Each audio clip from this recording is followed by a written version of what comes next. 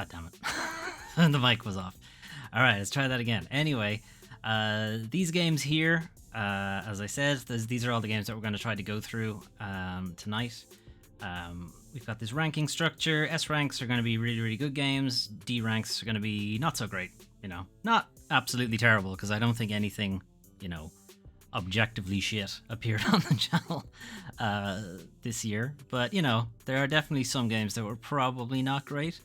I am going to be using OBS's studio mode today, just because some of the scenes are a bit complicated and I don't have too much experience using it, so hopefully things go okay. Anyway, so we're going to jump into the first game, and you can have a look at it right now, hopefully. Yeah, okay, let's go.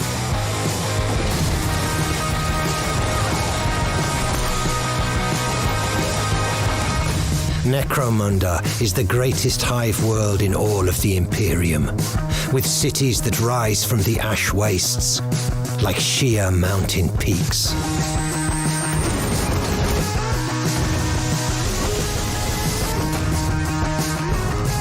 Hired guns navigate the ocean of crime and corruption to balance this bloody ecosystem.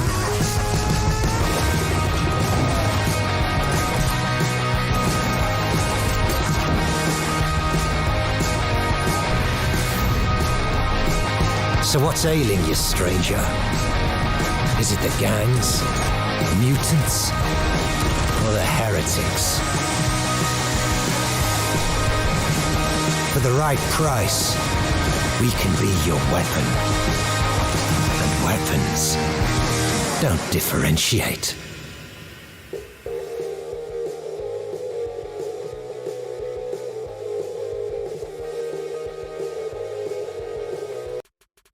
Alright, so hopefully that worked properly.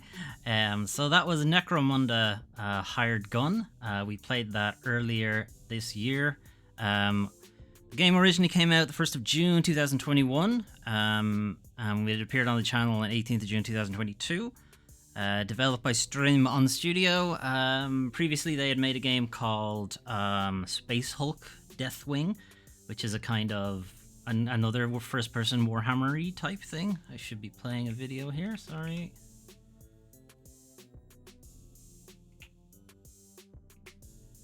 I'm still trying to get used to OBS, the fucking studio mode stuff. Anyway, this is a video of me playing it. I actually really liked Necromunda Hired Gun. It's pretty fast-paced, it's pretty twitchy.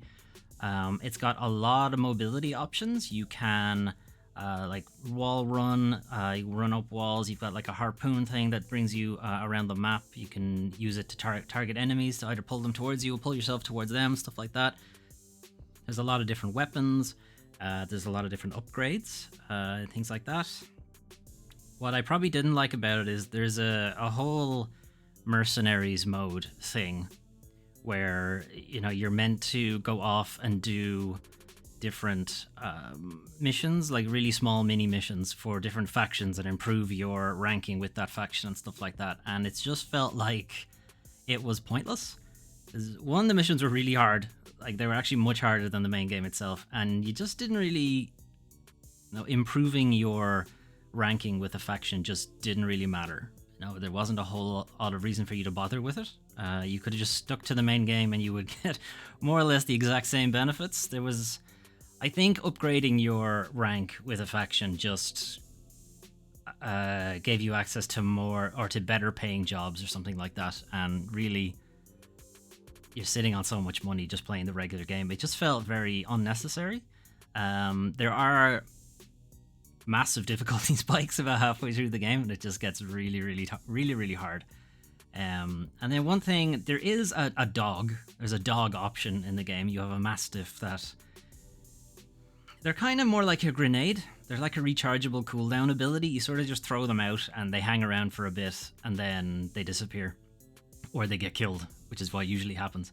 And you can upgrade the dog as you go through the game, and that was kind of one thing that I just didn't want to do. And this probably has more to do with Warhammer 40k just being, unmitigatingly, unrelentingly cruel. But to upgrade the dog, you have to like surgically implant like cybernetic stuff into them. Like you replace their snout with a big metal jaw, you replace their paws with big, metal claws and stuff like that. And it looked awful. It looked really mean to the dog, and I couldn't do it myself. Which meant the dog was pretty much useless for most of the game. You throw him out, he might get one attack in and then he'd die immediately. So, because I never upgraded him, basically. I just kept him as default dog. Anyway, where does that put it? Where does that put... Sorry. Where does that put Necromunda Hired Gun in our ranking system? Well, it was okay. It wasn't amazing.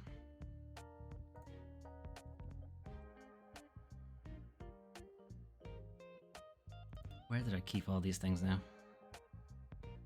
I really should put these in a more accessible place. Anyway. Alright, there it is. So, I'm thinking C or D. If it's on D, it'd be like just at the very lowest. I'm gonna put it in D. As well, I liked the movement options, and I liked how fast-paced it was. I did like that you have a lot of options. The guns themselves weren't particularly interesting. It is kind of buggy. There is a fairly significant difficulty spike in the game that made it not a whole lot of fun to get to the end of. And the whole mode that it's like meant to be built around, like Necromunda Hired Gun, you're meant to be a mercenary guy, and the mercenary mode was just kind of a waste of time. It didn't really feel like there was any reason to ever engage with it, from my opinion. So I'm gonna leave it in D, I think. Alright, we're gonna move on to the next game. I'm just getting it set up there, so I'm gonna cut across and you guys can have a look at it.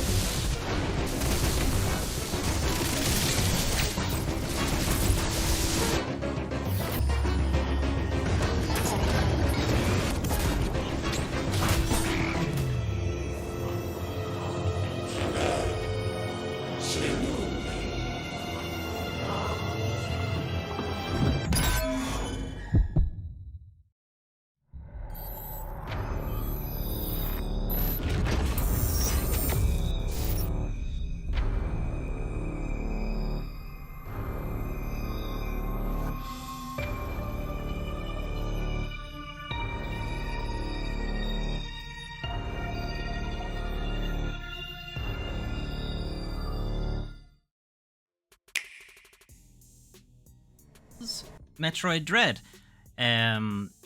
We played that on the beginning of the year, 21st of January. The game itself came out 8th of October last year, developed by Mercury Steam. Previously, Mercury Steam have made things like Samus Returns for the 3DS, so this wasn't their first Metroid game. Hey, Doom Train Inc. Stuck at work, but I'm checking in for the big stream. I hope all's going well. Thanks, Team Shenanigans. Appreciate it. So, Metroid Dread wasn't their first game. Samus Returns for the 3DS was actually Mercury Steam's first Metroid game. So this wasn't them, you know, they kind of knew what they were doing when they first got into the game. And then elsewhere, they had worked on Castlevania Lords of Shadow previously, which some people like, some people don't. I liked it, but I agree with most of the detractors for the game as well. And they also worked on Clive Barker's Jericho, which it's certainly not a looker. It was very much a big brown game, big brown first-person shooter, but it had some really interesting squad-based mechanics and stuff like that. You could jump around different people who had different classes, kind of before classes became a big deal in first-person shooters. This, you know, Jericho kind of had started it. But anyway, Metroid Dread. So Metacritic is giving it an 88, and I would kind of have to agree. Metroid Dread is really good. It's very slick. Despite what you're seeing in the video, it actually does handle really well. The dread bit with the kind of AI robots that chase after you, and where you like literally can't deal with them until you get this super powered beam. We're about to see a bit of it now. This is me attempting, I think this is my first attempt to try to kill this thing, but anyway. These guys are kind of present all through the game. You run into them every now and then in different areas, and some of them have different abilities. Some of them make them a little bit more difficult. Some of them can freeze you. Some of them are just crazy fast, so you can't really outrun them. You have to sort of outsmart them. It just really changes the dynamic for Samus, because most of the time it's just, I get big gun, I shoot you with big gun, that's the end of it. Whereas these guys, you're kind of on the back foot with them. You know, you just have to run. You can't really deal with them. Later on in the game, you get some like, sorry, not later on, but like the parrying ability kind of made you a bit more, you're not just standing there and shooting things, you're kind of getting a bit more in their face, because you're wanting to parry them to open them up for better abilities. I really, really enjoyed Metroid Dread. Some detractions I have for it, it is difficult to tell what the fuck you're supposed to do next. You know? And I get, like, that is the kind of Metroidvania thing, is that you sort of just figure out where to go. But after a while, and you still haven't figured out where to go, it does get annoying. You know, it does get frustrating when you can't figure out where you're supposed to go next. And some of the later enemies, some of the Chozo enemies are really hard. Like, crazy hard. Like, massive difficulty spike when they show up. And, like, they're supposed to be difficult, I do get that, but it becomes really annoying when you start having to fight a lot of them back to back. It's like, here's another room where I'm probably going to die. Here's another room where I'm probably going to die, and so on. It's just, it gets really frustrating after a while. But other than that, Metroid Dread is really well made. So where would we put that on our list? So hang on, I'm going to pause this because Google doesn't always like it when I don't pause these things. So let me swap over to this screen. So, Metroid Dread. Well, probably from what I've just said to you guys, I'm sure you can probably figure out where it's going. Despite some of the issues I had with it, I did enjoy my time with it immensely overall, though I haven't actually finished it yet. So I'm kind of somewhere thinking A or S. Like, if I was putting it, you know what, I'm going to put it here. Right? I'm going to put it all the way at the end of S. We'll see if we fill in anything before that. I know at least one game is going in here, but we'll see what other games might end up in that position. Okay, so I'm going to, again, swap us over to the next game. Okay, and you guys can have a look at that.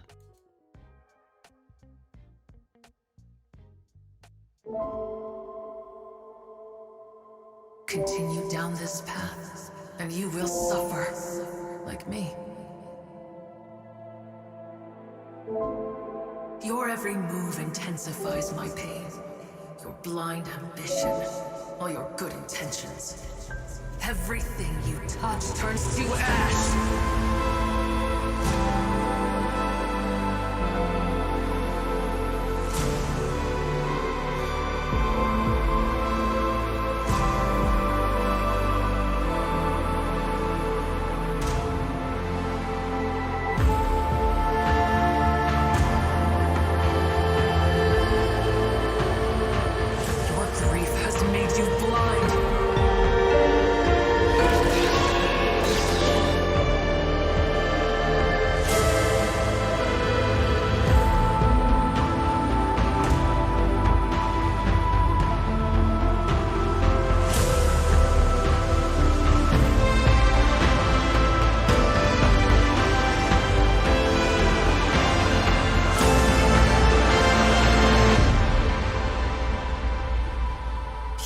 save anyone. Not even yourself.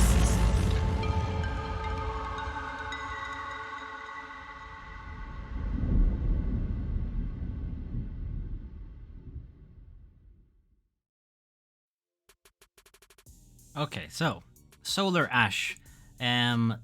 Solar Ash came out the end of last year, 2nd of December, and we started playing it 23rd January. This should be playing.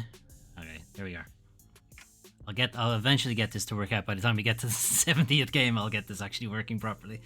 This is made by Heart Machine, who you may know as the people behind Hyperlight Drifter. And they also have another game, Hyperlight Breakers, on the way next year, maybe at some point. Hyperlight Drifter was a Zelda-like, the old Zeldas, the top-down ones, and it's really hard, but it's really good as well. I really enjoyed it. It was a Kickstarter title, and disclosure, I also backed it as a Kickstarter title, but Solar Ash is very different. Solar Ash has a lot more of the pathless, or... yeah, the pathless going for it. It's got a fairly big open maps. It's not exactly open world. You are sort of locked into different areas with these giant creatures roaming about the place. So there's a bit of Shadow of the Colossus as well, in that you do eventually have to take on these big creatures. The general just movement in the game is a lot of fun. Like, it's a very fluid game, we'll say, like the Pathless. They have a lot in common, those two games. I am going to make comparisons towards them because they're very, very similar titles.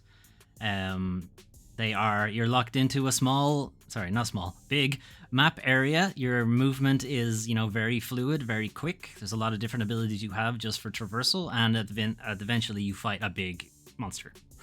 They have a lot in common. I do feel the Pathless has it beat in that it feels a lot more fun to move around in the Pathless. And there's more going on. Solar Ash, you have effectively 3 or 4 different places you need to go to sort of wake up the monster, and then you go fight the monster. Now, to be fair, the monster fights are really good, because they're like Shadow of the Colossus stages to them. You have to figure out, how do I get on the fucking thing in the first place? Where's its weak spot?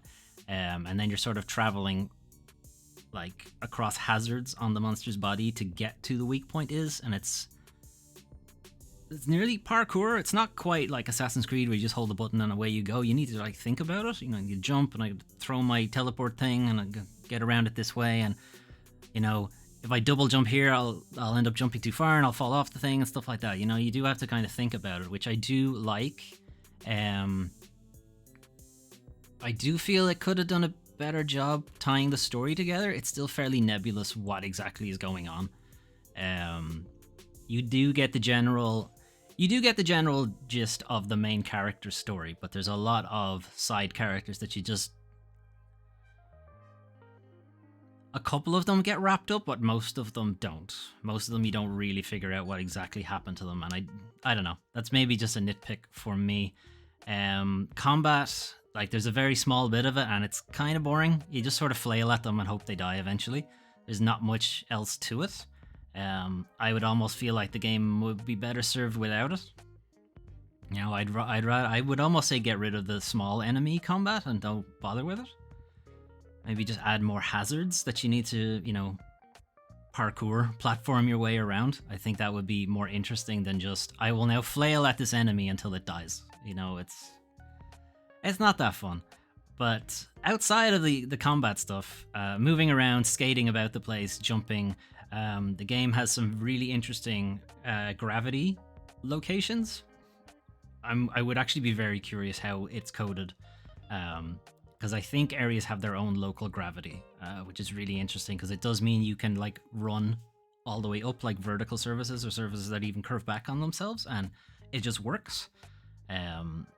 Even if you jump off it, you still kind of get pulled back towards the surface, even though you're upside down, and you would think if you jumped, you just plummet into the ground, but you don't. And it does make for some interesting traversal options as well.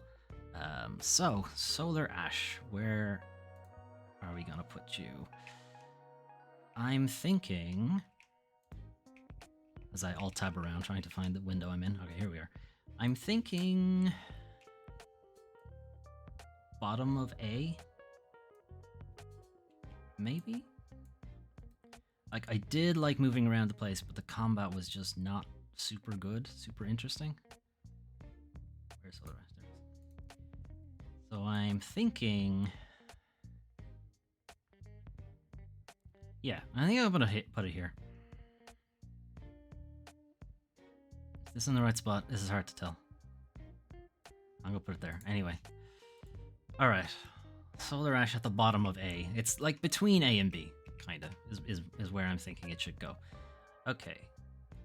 Let's move to the next one.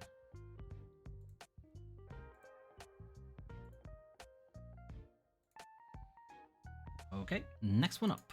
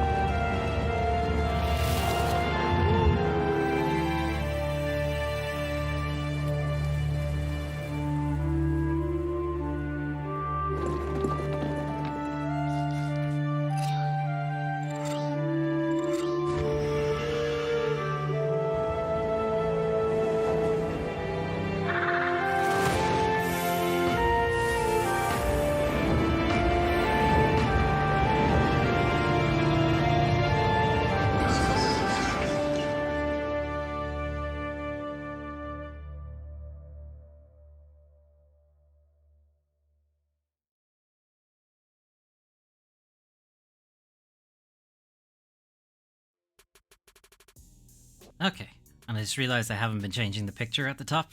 I'm supposed to be changing the picture for the different games, and the video's not playing. God damn it. I would never be a producer. Anyway, so, Black Book by Morteshka. Believe this is their debut title. Maybe they had one before that. Oh no, they had a game called The Moose Man, which I had never heard of, but looking it up, it looks like it's a kind of Limbo type game, so it's like a side-scrolling, puzzly, black and white kind of thing. But Black Book came out 10th of August last year, and we played it around the 25th of January this year. Metacritic is giving it an 81. Bit high, in my opinion, but not by much. Like, I would have put it somewhere in the 70s. It's got some really good, like, folklore. A lot of stuff that I have never been exposed to. So, like, there's a lot of, like, chorts and Slavic demons and stuff like that, inflicting demons on other people so that they don't torment you, is an interesting mechanic in that you collect a bunch of chorts, as they're called, but they're like imps, if you like, and they will torment you if you don't give them something to do. And they don't like to do good things. They only like to do bad things. So you kind of have to send them off to just be a nuisance to someone else, or let them be a nuisance to you. It is a really funny mechanic. Elsewhere, the main thrust of the game is a card battling type game. You collect different cards as you play through the game. You can buy them, you can get them as quest rewards and stuff like that. Some of them are super powerful, some of them are kind of weak. And if with most card games, it's, you know, kind of random what card you get, what hand you're played at the beginning of the game and stuff like that. And obviously you can, you know, mix and match your hand so that you get the stuff you want. It is interesting as a card game. I don't typically play many just because synergies and stuff like that is too much effort. I'm not willing to put in that much effort, basically. But I really like Black Book. I do think as the game goes on, for me at least, there is localization issues. Like, sometimes the translations don't quite make sense. Sometimes I'm a bit lost on what exactly I'm supposed to be doing or what exactly is happening in the scene, just because I don't think it translated quite as well as they might have hoped. And difficulty-wise, it is kind of hard to tell when a battle is going to be like crazy hard or when a battle is going to be really easy. Like, it's really hard to tell before you're actually in the fight. I do like the kind of choose your own adventure stuff to it. Like, you can come across as you're going through the map, as you're making your way to whatever the location is for your next quest, you can come across like random events, random situations, and have to make decisions like, do I help out with this person, or do I pick up the creepy doll? Do I exercise the creepy doll? Do I do these things? And they can result in you getting new cards, or in battle, or you just taking damage for no reason and stuff like that. Like, there does have the sort of role-playing element to it, which is really fun. But I do think the sheer number of cards you get can be a bit overwhelming. And I did feel the localization later on in the game. At the beginning of the game, it's fine. There's some small bits where it's kind of weird, and some of the voice acting can get a bit grating after a while. But I do think that may just be because I was playing it constantly. I think maybe with some time in between sessions, it wouldn't be as bad. IMO. But anyway, let us skip across here then. And where are we gonna put Black Book? I'm inclined to put it in B for Black Book. Like, there are definitely aspects of it that I really enjoyed, but there are also aspects of it that I was found a bit grating after a while. So it's not enough to drop it down to C, definitely not. It's like very much here with Solar Ash, you know, they're kind of one or the other, but if you ask me, hey, do you want to play Black Book or do you want to play Solar Ash? And I'd say I want to play Solar Ash. So that's my reasoning for why it's there. You can feel free, of course, to, you know, tell me I am full of shit and have me change my mind. That is entirely your prerogative. Okay, we're gonna swap to the next one.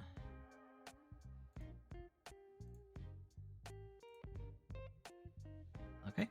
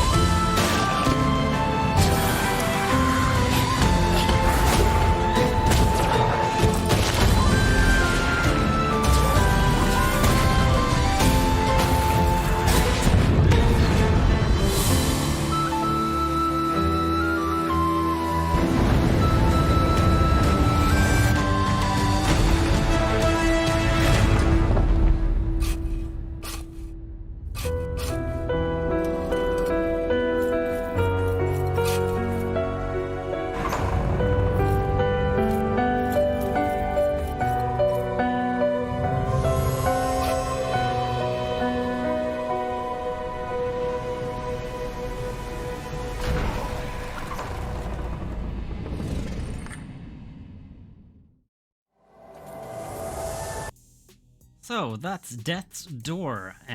We played Death's Door. We played it on the 30th of January. The game originally came out the 20th rather of July. I think it was an Xbox exclusive for a while.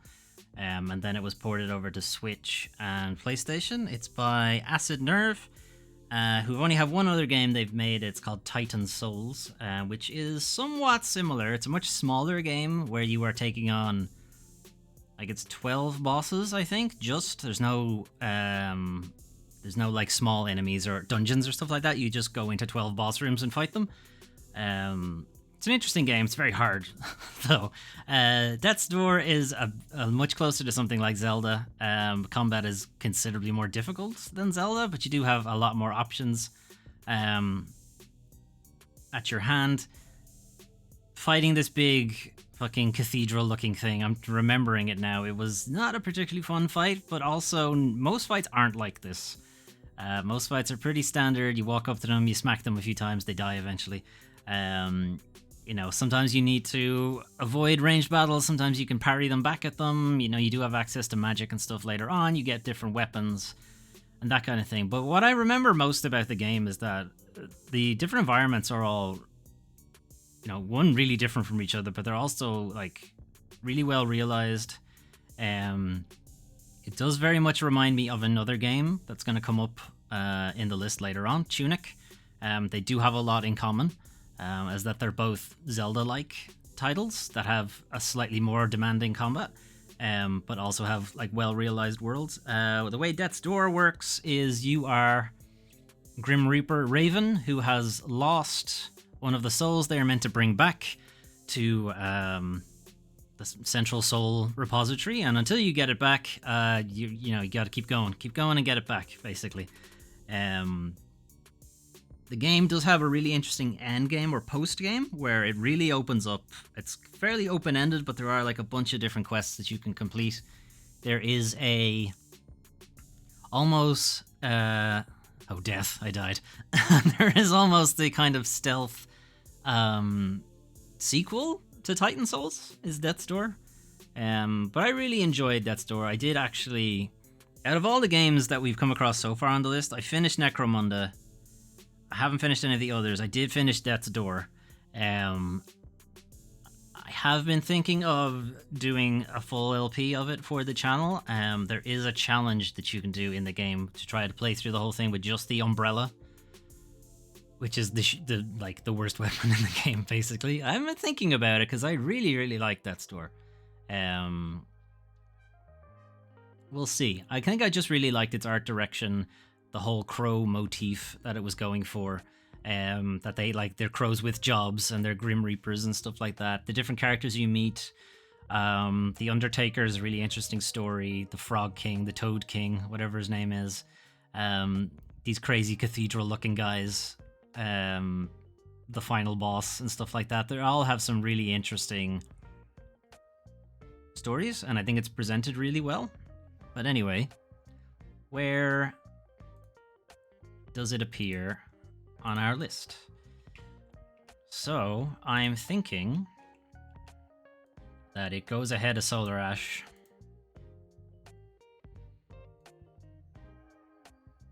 D for Death's Door. I'm thinking it goes ahead of Solar Ash because, again, if you ask me which do you want to play, Solar Ash or Death's Door, I'd say Death's Door. But if you ask me, do you want to play Metroid Dread or Death's Door, I'd say Metroid Dread. So that's kind of where I'm at. All right. Yeah, I'm happy with that. I think that's a good location for it. Okay, let's move on to the next one.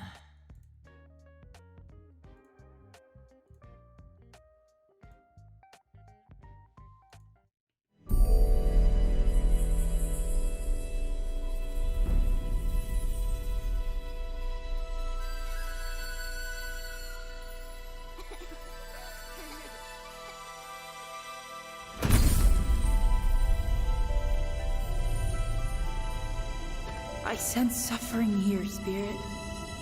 Do you need help?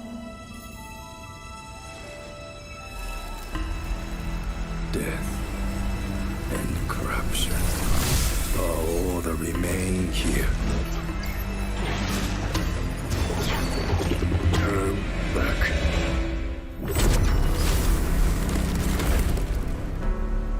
My father was a spirit guide. He helped many pass from this life to the next. So you know what happens to spirits unable to move on. Ground yourself. Feel the energy of the mountain.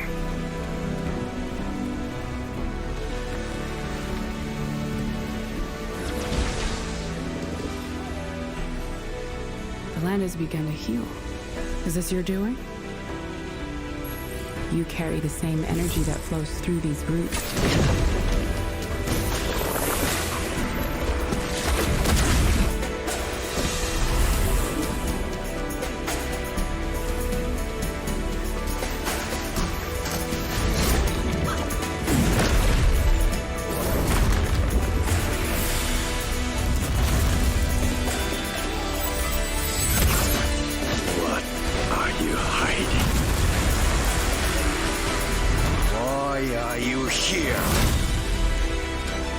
pretend to care for the spirit, but really, you only serve yourself.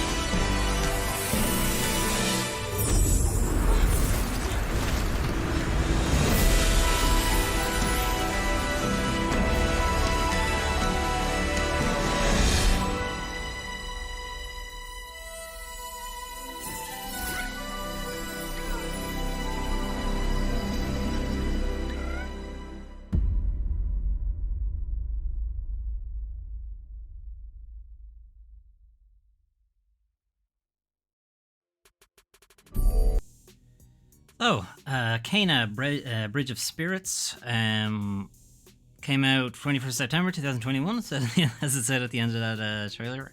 We played it February. Okay, so we've moved into February now.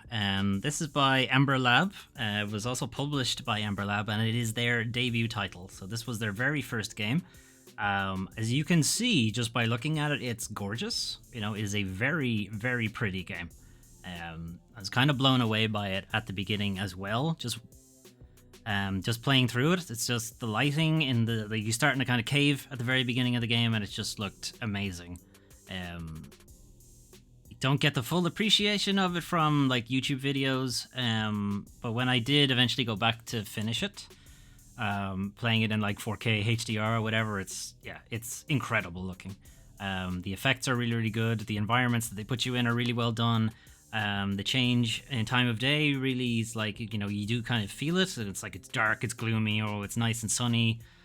You're in underground cave systems and stuff like that. There's a section later on where you're near like magma falls and stuff. And it's like, yeah, this looks cool. Unfortunately, that's kind of it. The combat in the game, they kind of go into great lengths to try to make it hard. Like, it's unnecessarily difficult, in my opinion. They're trying to get you to, you know, parry and use your staff as like a melee weapon and stuff like that. And I just felt that I got further in the game by not doing that. I got further in the game by just using the bow and arrow,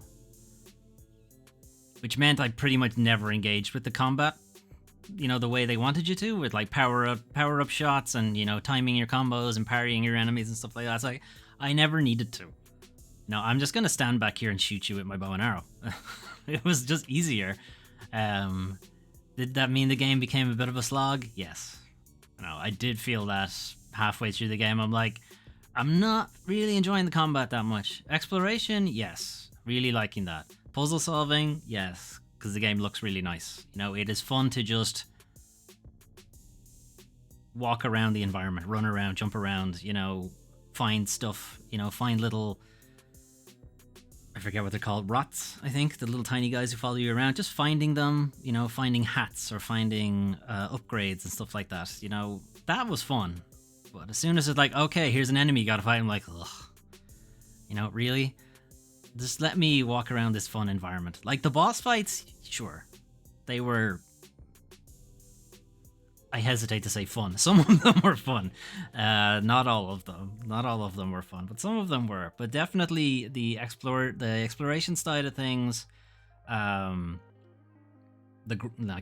graphical fidelity. It's a gorgeous looking game. I am hopeful that whatever Ember Lab do next, they'll kind of improve on their combat.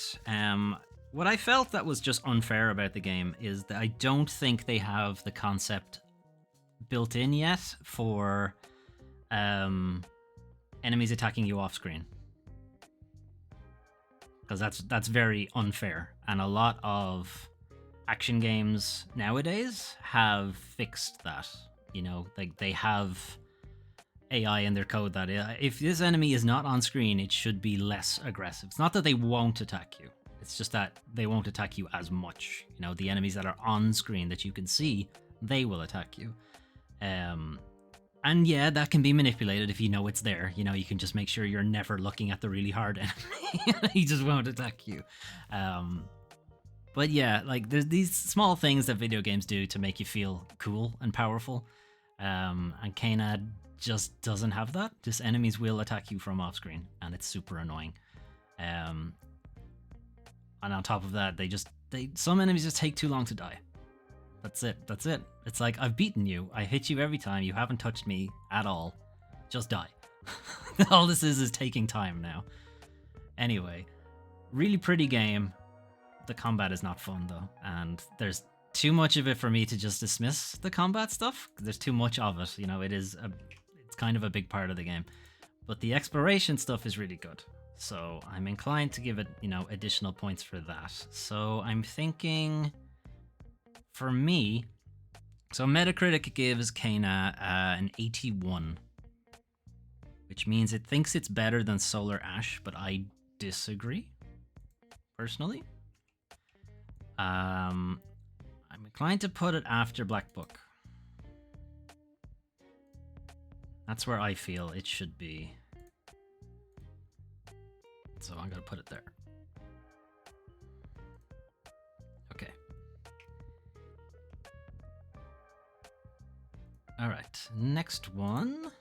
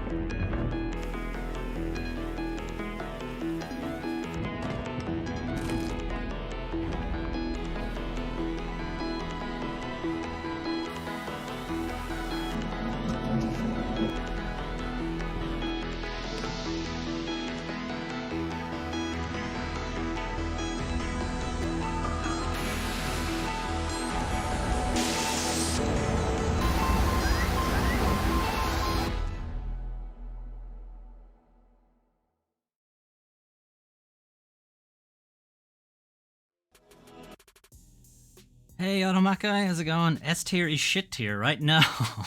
S tier is like super? I don't know. We're going by the Japanese metric where S is somehow higher than A. I don't understand how that works, but here we are.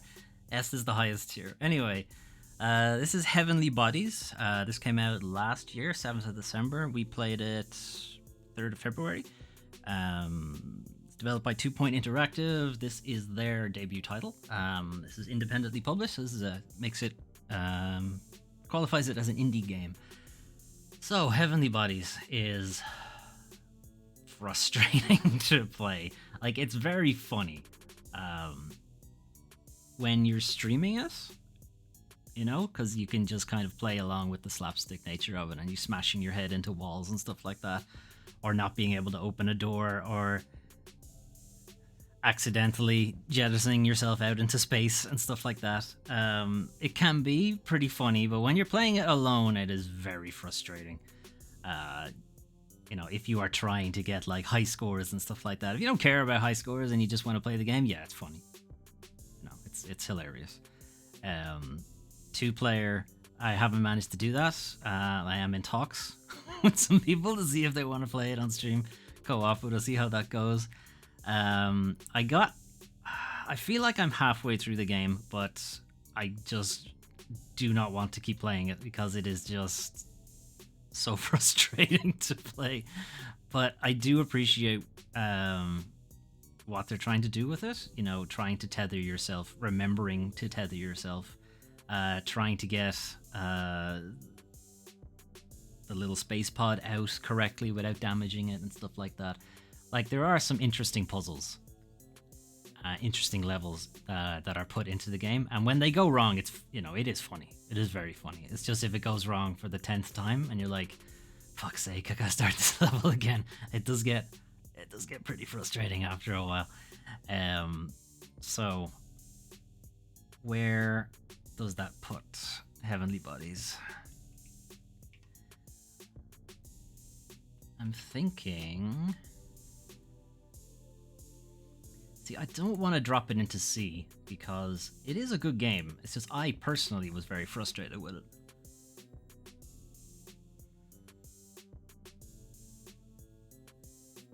Okay. What I'm going to do is I'm going to put it at the end of B. And if something pushes it out of B, then it'll go into C, and we'll leave it there. I think that feels right to me. Is co-op any good? It is. Supposedly it's even more ridiculous and, you know, slapstick, stupid, quap physics kind of stuff. But I think if you're playing with another person, you can laugh at it and not get like super pissed off. Whereas if you're playing it solo, or at least personally playing it solo, I get pissed off at these games. Like Overcooked, with somebody, I'd laugh about it. Without somebody, I'd be so fucking angry. You know, pressing the wrong button and throwing something in the bin that I wanted to keep out of the bin and stuff like that. So I'm inclined to think co-op would be fun. But I don't know. Maybe not. It might be also super frustrating. Okay, so I'm gonna move on to whatever the next one is, which is this.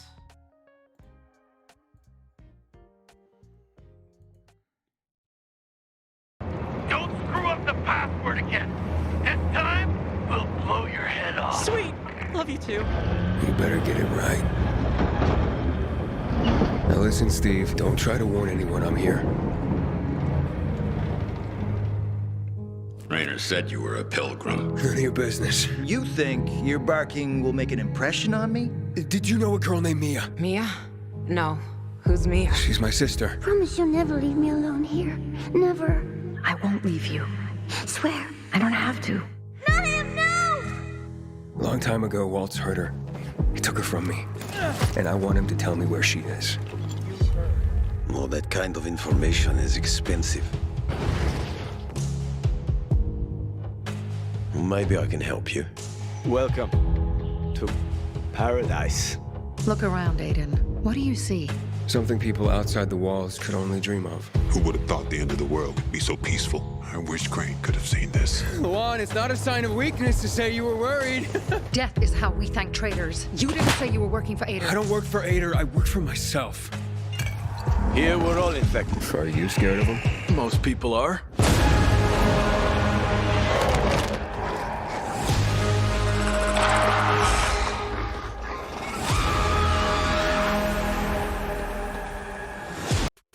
Okay, I'm gonna cut in a bit earlier because that trailer is stupidly long and they're not really showing off much gameplay. Anyway, that's Dying Light 2, Stay Human by Techland. Came out 4th of February this year. We played it roughly the same day, 6th February. Metacritic gives it a 76, which in my opinion is too much. So I did not like Dying Light 2. Techland have also previously made, obviously, the original Dying Light and Dead Island, which is basically Dying Light again. But anyway, so Dying Light 2. My issue with it was when we streamed it, for about 3 hours and we still weren't out of the tutorial. It's like textbook bloat in the video games, in AAA video games. You are taking too long to get to the good part. And even after that,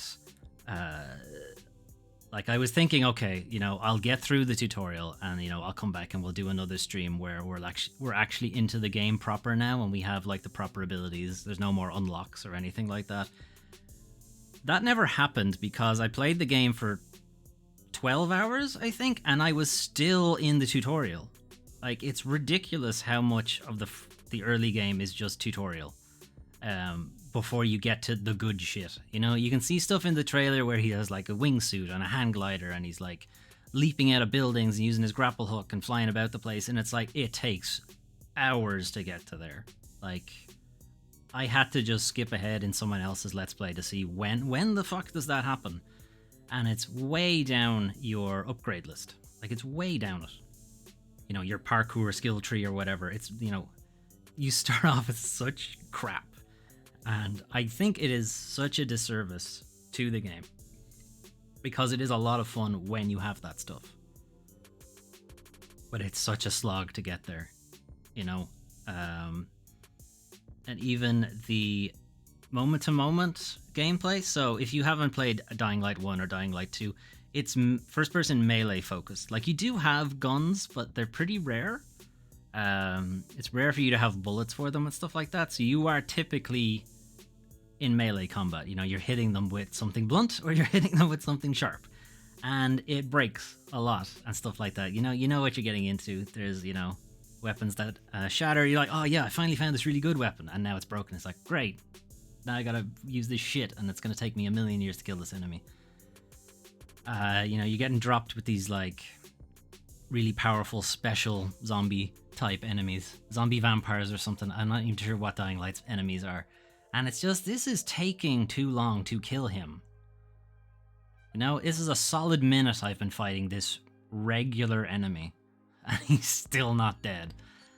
It's just really frustrating because from what I have seen, because I just stopped playing it, honestly. I never got out of the open area, the opening map, because you're taking too long to get to the fun bit, basically. And I have so many other games to play. So I ended up watching someone else's playthrough, and they're like, yeah, this is fun, jumping out of buildings and landing on top of guys and shooting them with bow and arrow from after you've catapulted yourself into the air. Like, that's great. Why did you take so long to get there? Anyway. Right, where do you think this is going? Where do you think this is going on the list? It's not going high, that's for sure. Right. I don't think it's so bad that it belongs in D. There are other games that should end up in D, to be honest. Because here's the thing, I can only kind of do it from my own experience. And my own experience of the game was, this isn't fun. I'm not having fun. This is boring.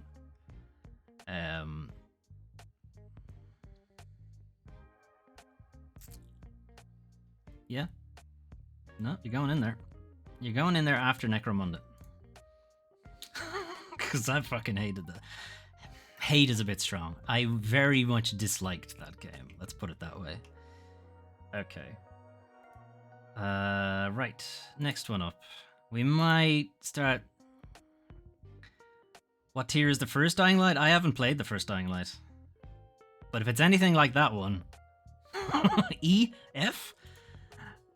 Okay. I'm gonna drop the next one in. I might start speeding up on these trailers because they're taking a while.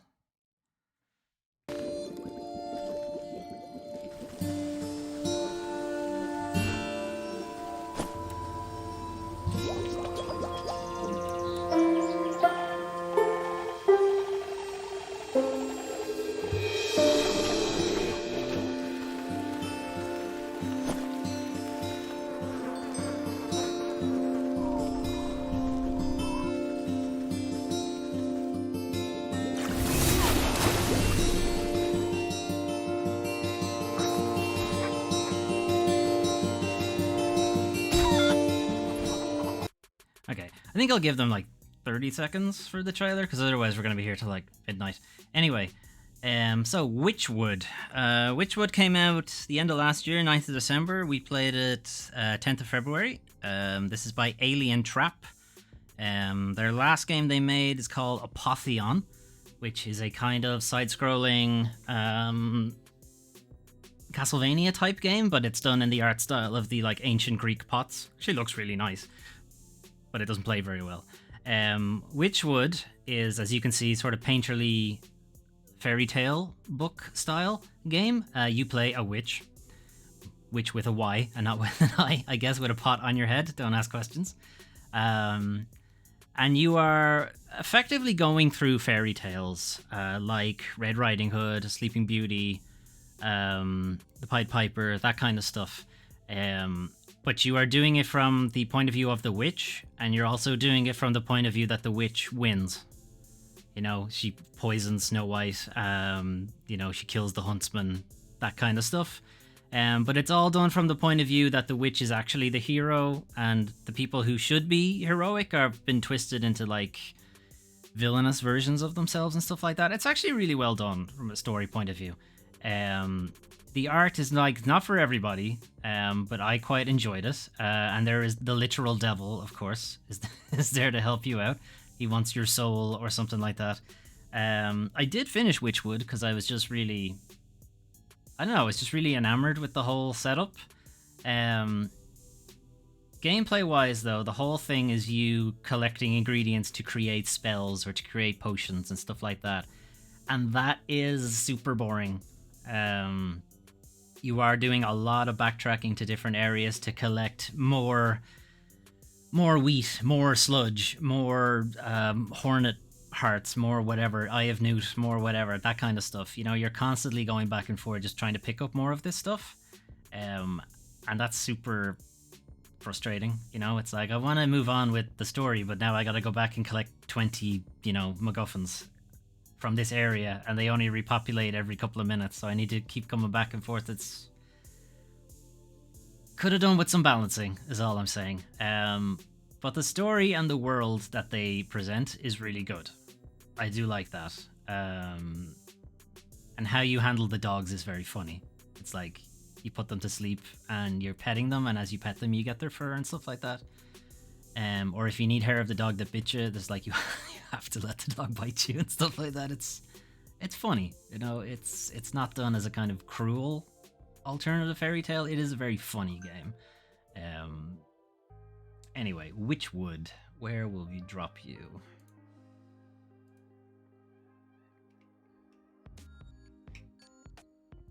Okay, so I mean, I liked it more than Dying Light, but that's not going to be very difficult.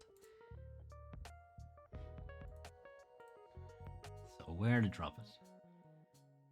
I liked it more than Heavenly Bodies.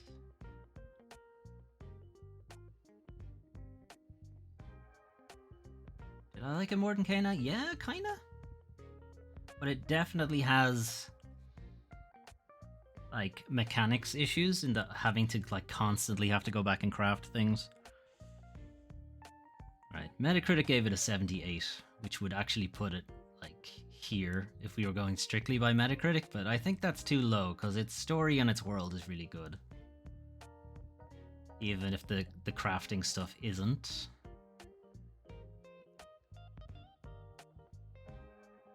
Okay, I'm gonna put it here and knock Heavenly Bodies down one. I'll put you at the end. And if something else comes into B, we'll put it down to C. But the gameplay was very mindless. This is the problem. You're going off to talk to people, then you have to go back and collect stuff, and that's fine. You can throw a podcast on or watch one of my YouTube videos in the background or something. But if it's something you want to get engrossed in, it's not enough. So I think, yeah. C feels mean, but I do think that's probably where it belongs. Okay. Next one.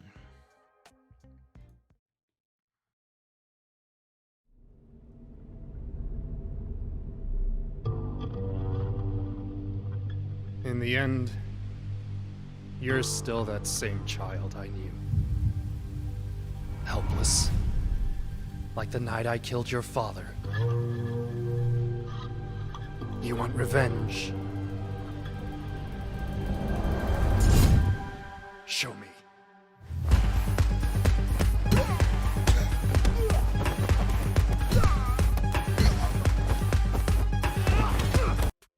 Okay, Sifu. Sifu by Slow Clap. Sifu came out 8th of February this year. We played it roughly that week on the 13th. Slow Clap have previously made a game called Absolver, which might as well be multiplayer Sifu. It's like online multiplayer PvP Sifu, more or less. And then they decided, you know what? Not a lot of people are actually playing Absolver. What if we made a single player game that's just like that? And they did, and it's good. It's a pretty good game. Metacritic gave Sifu an 81, which feels appropriate. I think it might get a better score now with all the updates that have come out for it, because they have given things like custom difficulty modes, like arena modes, a straight up easy mode or a super hard mode. They have female protagonists and stuff like that as well. They've added a bunch of accessibility options. Like, they have definitely been supporting the game a lot. But anyway, Sifu combat feels great. You know, it does feel really good.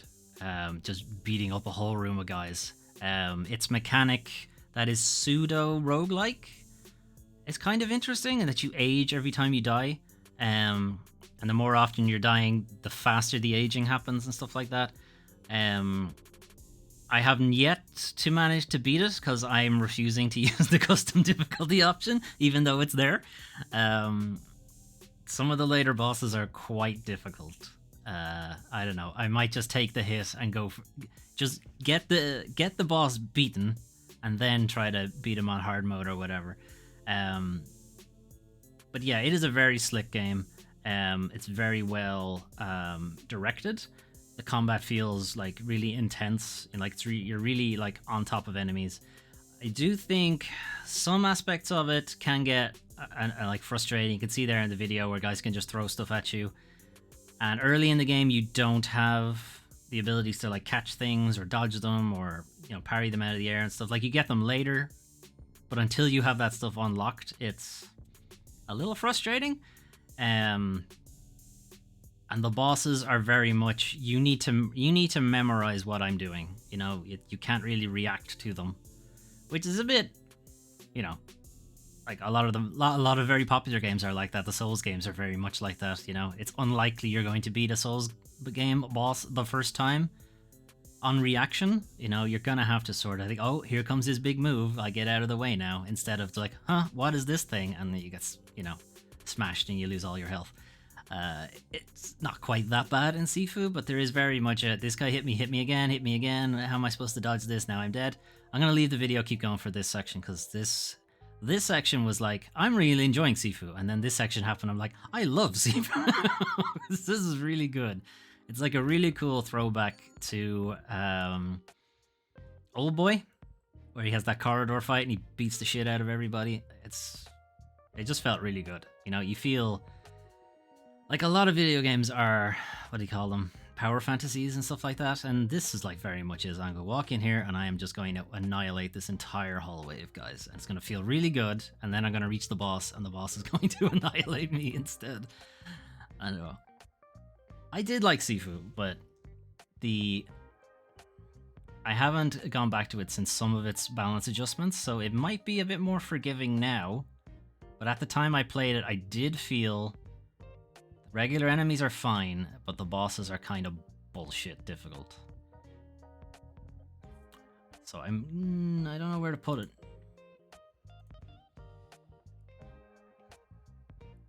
So let's get it out anyway. And where are we going to drop Sifu?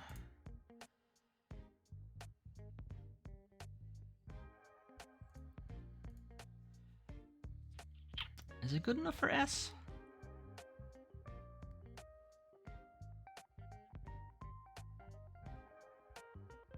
Yeah? You know what? I'm gonna move Death's Door up. I'm gonna put Sifu here.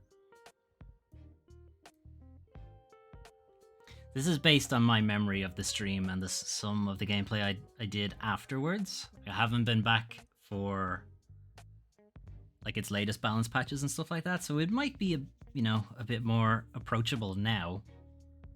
But at the time, I did feel the regular combat is fine, it's really enjoyable. The bosses are not. So, I don't know. Anyway, I'm gonna leave it there. Okay. Next up.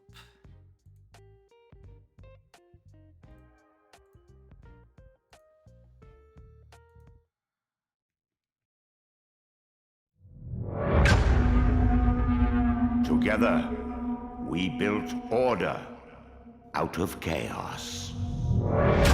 Each trial, each tribulation, we have overcome. Now we live in an age of unprecedented peace. We have prevailed thanks to... Okay, so this is Chorus. Chorus came out at the end of last year, and we played it 15th February. It's developed by a company called Fish Labs. And this is actually their first console game. They did make a bunch of mobile space dogfighting games. And this is their first one they made for a console and PC. It looks really good. You know, you're not getting the full picture here because, again, 4K HDR makes it look quite a bit better. But even without that, it still looks really good. Particle effects are really well done. You do get a good sense of scale when you get out into some of the bigger maps. What I liked about Chorus is that it doesn't fall into the usual traps of dogfighting games in that where you are constantly chasing enemies. You know, you're constantly having to rotate and try to fly and get them back into view, and then as soon as you do, they fly out of view again, and I gotta turn back around, I gotta turn back around, would you stop fucking moving. It has really good abilities, and I imagine this comes from their mobile dev stuff, because you don't have that kind of fidelity of control on a mobile device. So I imagine it comes from that experience, but they have things like, literally, here is a button that will teleport me behind the enemy. You know? Like, it's just there. You don't have to deal with this annoying thing where you're constantly chasing your own tail, trying to turn around and see them. They have this kind of free turn ability where you can just independently turn the ship without having to sort of bank like a ship would have to. Your ship can just kind of swivel on the spot and stuff like that. Like, you are meant to be this incredibly overpowered ship. You know, you're like this ridiculous, super advanced mega ship kind of thing. And it does feel like it, because you're just ripping enemies apart. You know, enemy ships and stuff like that. You know, you teleport right behind them, and then I'm going to super dash, like, straight through this enemy. Swivel right on the spot and fire a missile, like, right up that guy's ass. Like, it's really well done. Where I would detract from it, though, is that it has basically zero story. Like, there is a story, but you never really feel like you're, you know, actually paying attention to it or anything like that. You also never get out of your ship. I think you get out, like, once for a cutscene, and then you're never out of the ship again. Like, I get why you don't want to program a bit where you're on foot, and it's a game about space fighting, so why would you want to be on foot? But the thing is, you never see another human being either. You know, it's only ever radio floating heads on the side of your screen kind of thing, so it's hard to get any kind of connection to any of the characters, any of the NPCs, any of their struggles, because they're just like floating heads on the screen. You know, there's I don't even remember who you are kind of thing. That's not amazing, and the game is a little too long. It's like maybe one area too long. Eventually you do kind of, I have all the abilities now. You know, I'm kind of ready to wrap the game up, and you're like, there's still like 3 hours left, and you're like, it kind of should be finished. You know, I feel like it should be done here. But there's, like, it did a very good job of having you, or for me at least, like, the common frustrations I would have with things like X-Wing versus TIE Fighter, or, you know, Flight Simulator and stuff like that, is like, it takes forever to turn the plane. It's like, you turn, you get the guy in your sights, and then he's out of your sights again. You gotta turn and face him again, and it just undoes it immediately. It's just, whatever. You have a superpower that teleports you behind them. Cool. Great. End of that. That is no longer a problem. I love it. Well, is that going to work for every kind of space fighting thing? No. Not everyone's going to have a teleporting ship. But it works. It works for this game. It's a lot of fun for, well, say, the first 3 quarters, and then it takes... It just feels like the last quarter of the game repeats itself. You know, the enemies are roughly the same. You're doing kind of the same stuff now. You've more or less maxed out your abilities at this point. You know, I'm done. You know, that could be because I did all the side content, sure, and I leveled up a bit earlier than I was supposed to. Maybe.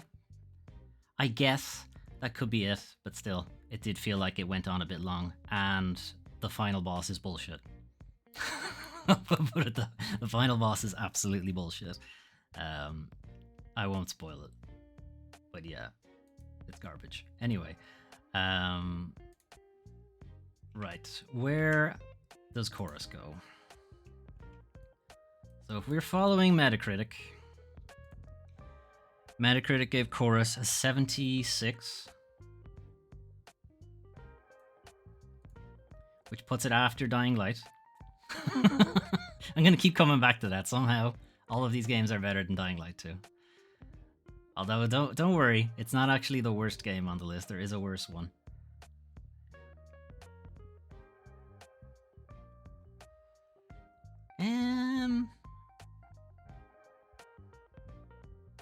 I think I'd put it after Solar Ash, but before Black Book. I think that looks right.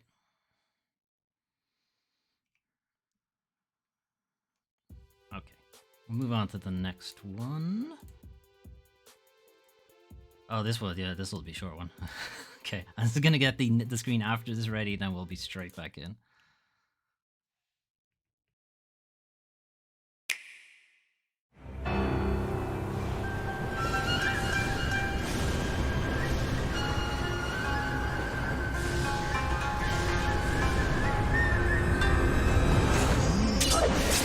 Okay, Getsufumaden Undying Moon. It came out 9th of February this year. We played it about 2 weeks later, 17th of February. This is by developer Guru Guru. Blood and Gore for Nintendo. I know, it's a bit weird. It's a bit weird, but here we are. It's also on PC, early access, from Konami. This is why we're probably going to have a pretty easy place to put this. Metacritic gives it a 65. Which isn't the lowest score on our list, but it's one of the lowest ones.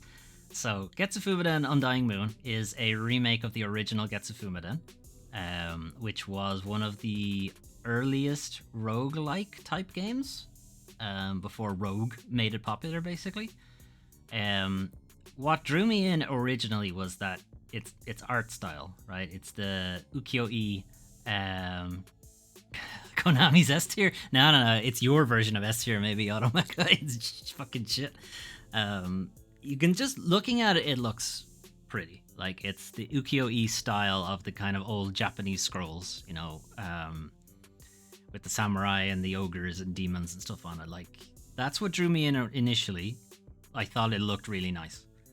And that will be a recurring problem with some of the other games on this list is, hey, this looks really good. It does not play very good.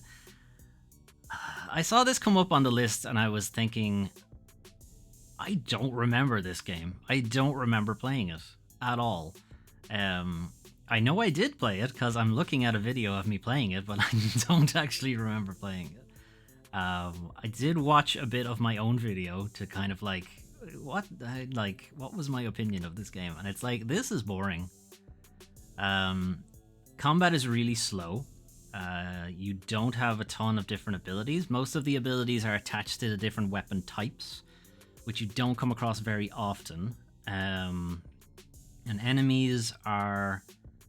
It's difficult to tell when they're dead, which is kind of a problem, because if I stop attacking and he's not dead, I just got hit. You know, it's kind of a pain in the ass. There I am, I'm dead again. It's... Your character has a launching ability that's meant to launch enemies up into the air, which means they can't attack you anymore, and then you can kill them at your leisure. It doesn't work. No, it hardly ever hit any enemy. And not only that, but it's actually not finished. Or at the time it was launched, the game was not complete. It was an early access build put onto the Switch for full price, which I did not know. I believe it's done now, although I don't know if the Switch actually got the patch for the complete game. So, yeah, that's Konami releasing an unfinished game for full price, suckering people in, like me, just because it looks nice. Anyway, I never touched it again after the stream. Let's put it that way. So, Getsufumaden, Undying Moon, where are you going? Where do we think it's going?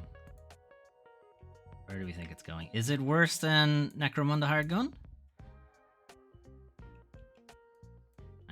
I did that wrong. There we go. Is it worse than Necromunda Hired Gun? Is it worse than Dying Light 2?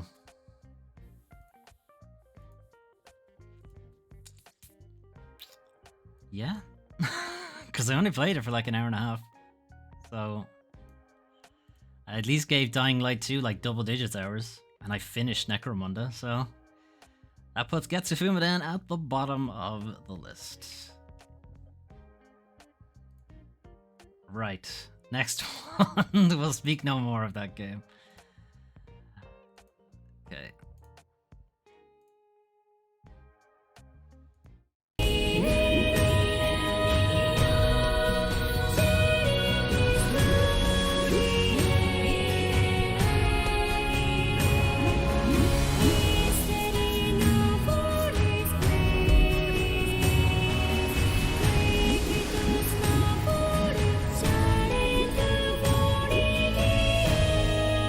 Okay, so Voice of Cards, The Forsaken Maiden. So this was the next entry in the Voice of Cards series. It came out 17th of February this year. We played it about 2 days later. Metacritic has given it a 75. It's developed by Square Enix. Which company in Square Enix? I don't know. They know it's not written down. But Square Enix, apparently. I think it's the same people who did... Well, it's the same people who did the Isle Dragon Roars, anyway. But I think it's the same people who did Nier Replicant. I think it's the same team. But I'm not sure. Anyway.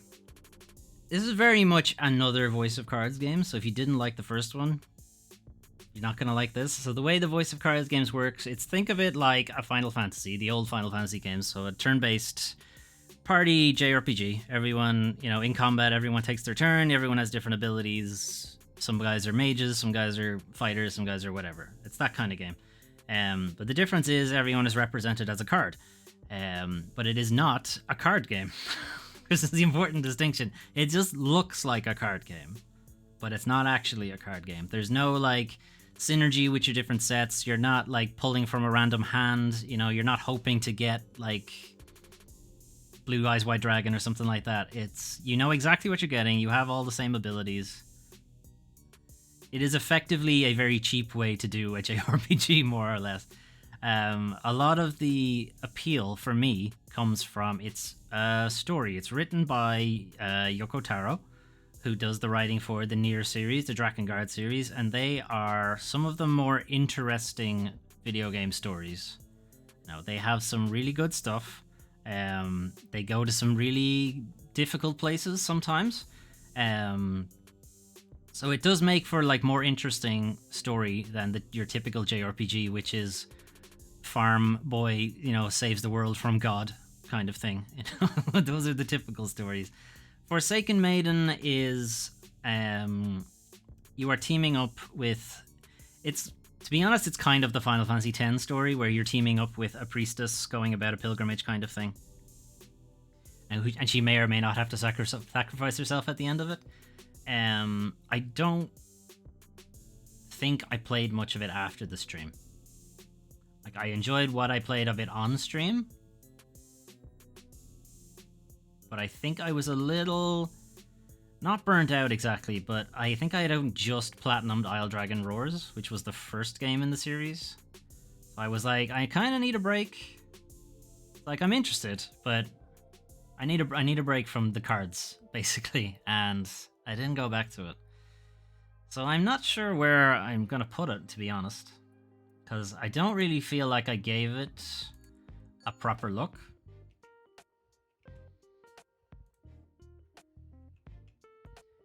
So I'm going to have to base it mostly on my feelings during the stream.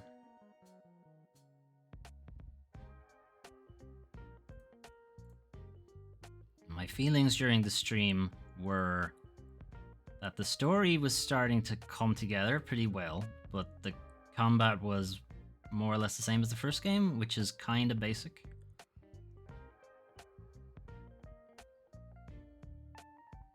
I think you go here.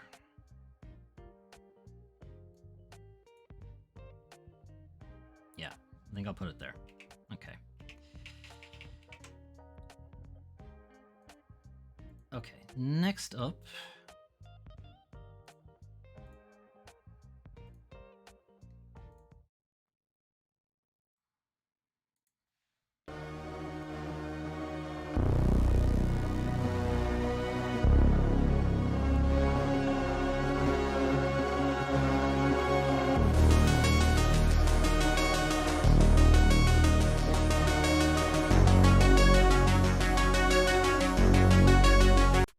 Okay, so this is Eastward.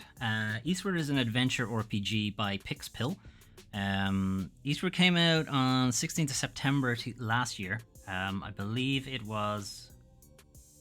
I think it was PC and Xbox. No, sorry, it was PC and Switch, I think, exclusive at the time. And we played it coming to the end of February. I think it's Pixpill's first game. Yep. Pixpill's first game. Metacritic gives it a 78.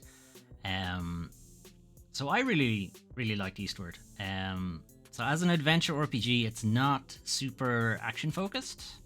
It's a lot of talking to people, figuring out where to go. There is like combat situations, but not too much. A lot of it is its story and some puzzling elements and stuff like that.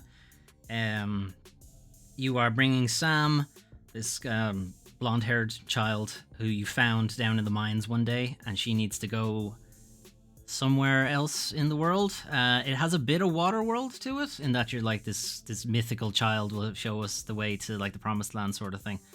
It has a bit of that going for it, but it is very well written. It's a very charming title.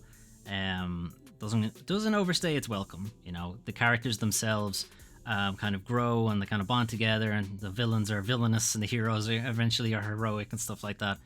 They're not like super god tier, you know, warriors of light kind of thing. He's just some dude. His weapon is frying pan. You know, that's it. He's just some guy trying to take this kid where it wants to go, and people keep getting in his way.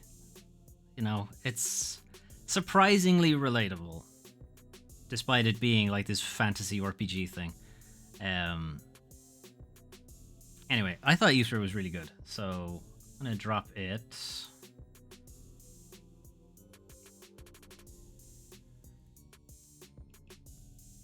I'm not sure where I will drop it though. I think it's fairly comfortably here. Again, if you ask me, Sifu or Eastward, Sifu. Eastward or Solar Ash, Eastward. So I think that makes sense. This is where it goes. Okay. Next up is, oh yeah, this will also be a quick one, but probably for a different reason than for Getsu Fumaden.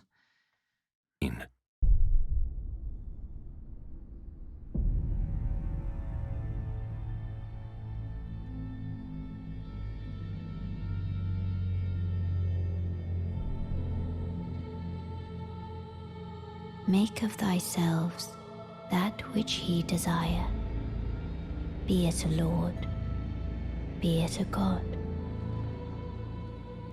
But should Right, Elden Ring. Yeah, I think it's probably easy enough for me to just say this goes at the very top of the S rank, more or less. Elden Ring was amazing. By From Software, it came out 25th of February this year. We played it more or less the day it came out. Metacritic has it on a 96, which I think makes it the top of our list anyway. If you're not familiar with FromSoft, they're the guys who were behind Dark Souls, Bloodborne, Sekiro, that kind of thing. But also, they're also the guys behind Armored Core, Kingsfield, Shadow Tower, some of the Tenshus. Like, they have a lot of games before they started making Dark Souls. Anyway, Elden Ring. This was the... I was really concerned streaming Elden Ring because, you know, they have FromSoft games, their later ones at least, their Soulsy type ones, have a reputation for being crazy hard, you know? I was like, do I want to stream this? Do I want to get annihilated on, you know, live for everyone to see? And I did. I streamed it, and I did get annihilated. But then, you know what? I was playing it a lot anyway, off stream. And at that point, because I'd only really come back to streaming this year, I had just been doing pre-recorded videos up until then, and pre-recorded Let's Plays. But I came back to streaming this year, and I wasn't really thinking of doing full Let's Plays. I was thinking I'll leave full Let's Plays as pre-recorded stuff, because I can do it in my own time. But it was like, I'm just playing a lot of Elden Ring anyway, so I might as well just stream it. So, Elden Ring became our first Let's Play that I had streamed in years. Of course, why did I pick the hardest fucking game to Let's Play? But anyway, that's what we did. We started as a wretch at the very beginning, and I was like, you know what, this is a little too hard. It's a little too hard. Let's go back and let's make a proper character and not a meme character for the stream if I'm actually going to play the whole game. So we didn't quite play the whole thing on stream. Some of the like smaller side quests and stuff I did off stream, but the major dungeons and the major bosses, we did all of those on stream. We didn't do Mikola on stream. I had to do that one off stream and record it, and then we played. There's highlights if you want to see on Twitch. There's a really dumb video I did for the Mikola one where I went insane trying to fight her. I was like, I gotta commemorate this. I had to make a stupid video about it. It's over on the Twitch highlights if you want to look at it. It's very dumb. Anyway, there's highlights as well for a lot of the different bosses, but the VODs for the whole Let's Play are over on the YouTube channel if you want to see any of that. Anyway, Elden Ring, incredible game. Incredible sense of discovery. It just absolutely shit on every other game that has these open world maps that have nothing in them. It's like Elden Ring also has a big open world map, and almost every inch of it has something in it. Like, it's nuts how dense it is. It's like, turn the corner, here's a ridiculous boss fight that, like, a lot of people probably missed, you know? Here's a dungeon that I think some people probably didn't find. You know, here's a stage in a side quest that some people might have missed. Like, it had a great community thing going on when it came out. You know, if you were following it on Twitter, TikTok, Instagram, whatever it was, and you'd see people like, you know, oh, I found this thing. Or it's like, well, where the hell did you find that? How did you beat this guy? Oh, did you know you can jump off this and land a headshot? And that guy's like, nuts. You know, and then people having the like maidenless memes and stuff like that. It just had this whole zeitgeist thing. I'm not even sure if I used that word right, but it just became its own thing for like 2 months, where almost everyone was talking about Elden Ring. Almost everybody was streaming Elden Ring and so on. So, you know, ballsy to go, you know what, I'll stream Elden Ring. People will want to watch that. It's like, yeah, they do, but not you. They want to watch the more popular streamers do it. Whatever. I was going to play it anyway. Yeah, Elden Ring was really good. It was really, really good. Okay. So unsurprisingly, it's going at the top slot. Does that mean something might dethrone it along the way? I doubt it, but we can see. We can see if something dethrones it, but I don't think it's going to happen, to be honest. Not this year. Next year, maybe. Next year, because it won't be in the list. Alright, anyway. Moving on. What was after Elden Ring?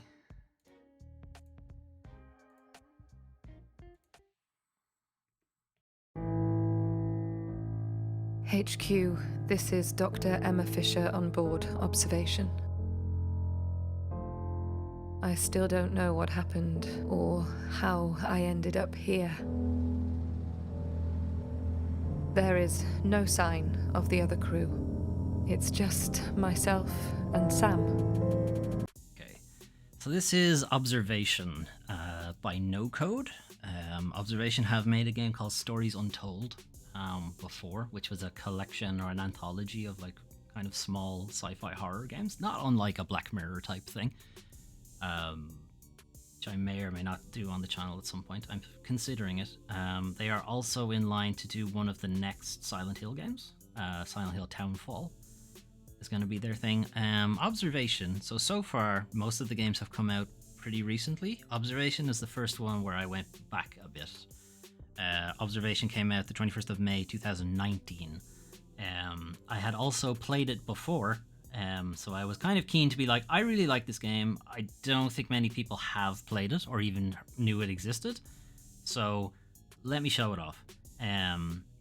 This was not live streamed. This was still part of me thinking I will do offline LPs. I'm not sure, like Elden Ring was the first one where I transitioned to streaming Let's Plays, but I'm not sure if Observation, if I had started that before I decided to do Elden Ring, I'm not sure. Anyway, Observation is sitting on a 75 in Metacritic. In Observation, you play an AI. You're an AI gradually waking up to sentience, and you are kind of accompanied by a doctor on the space station. Spooky shit in space, something has gone wrong, and she's like telling you to go there, fix thing, and whatever, and you're an AI, and you're like, okay, I do thing. Not unlike somebody playing a video game where the video game tells you to do something and you do it. You know, it's got a bit of the Bioshock thing to it where it's like you don't question it because the video game told you to do the thing, but whatever. And you do gradually realize that you're being led somewhere by some other malevolent, maybe, force. The main gist of the game is interacting with all the different systems on the ship and solving like these really fun tactile puzzles. And then there's an emerging story of kind of paranoia and space magic and stuff like that happening in the background that you gradually become more aware of. And you do gradually get some kind of free will, almost, in that like you're not following orders anymore. You're just doing what you think is the next logical or next correct thing to do, and no one has told you to do it, kind of thing. Like, there's some really interesting writing in the game, which is why I'm really interested to see what they do with Silent Hill Townfall. But anyway, where are we gonna drop observation?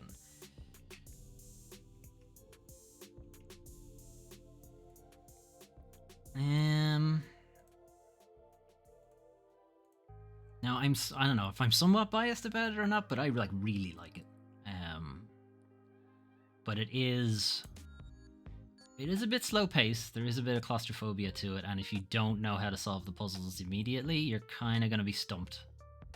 Which I was for a couple of them, to be fair.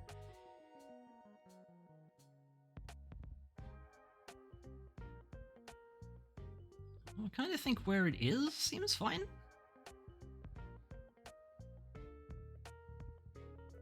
Yeah, I'll put it there.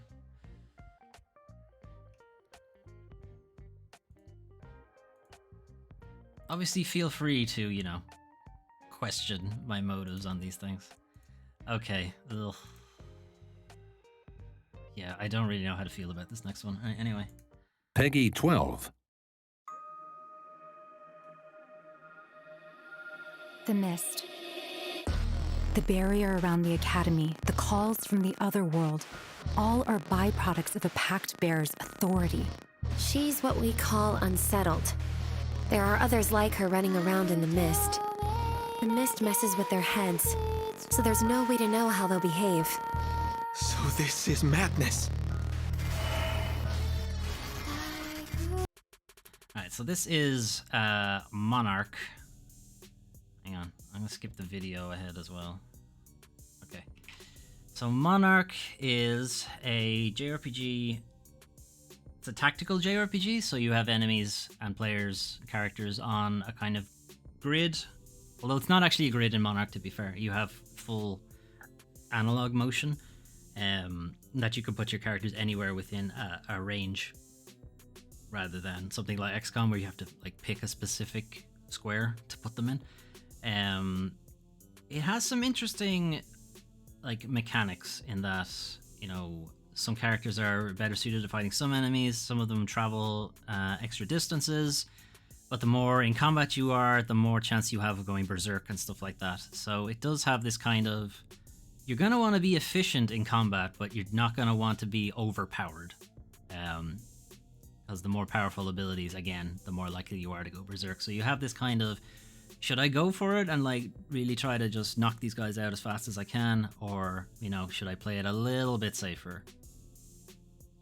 And you're either risking taking extra hit point damage or you're risking going berserk at some point and stuff like that. So they do have some interesting tactical stuff in the gameplay, but the story is so boring.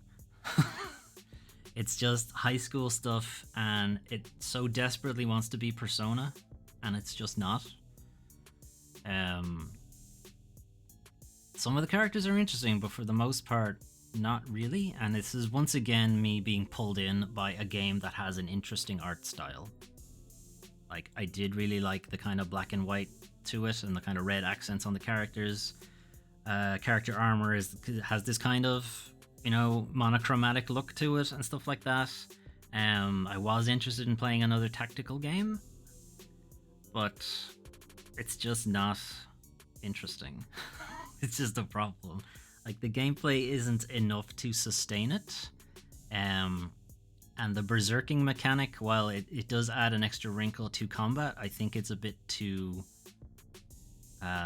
restrictive, because it does mean combat ends up just being a bit of a slog then, because you're worried about using your stronger abilities just in case. So yeah, I don't know. I don't really know how to feel about it. I am thinking it's probably going to be a bit low, though, just because it felt... It wasn't something like I want to push through this and, like, you know, keep going because the gameplay is fun, because the gameplay itself wasn't really good enough. I'm going to put you here. Which is a shame, because it has a really nice art direction and art style, but it's just not fun to play. Which is a shame. Menarch, probably. How's it going, Pterodactyl? Probably a bit more apt, alright. Okay, moving on to a better strategy RPG. But for survival. May my powers be enough to make you see the light.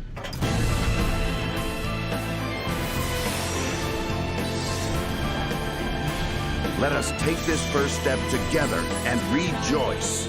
Come what may, my steps shall never waver.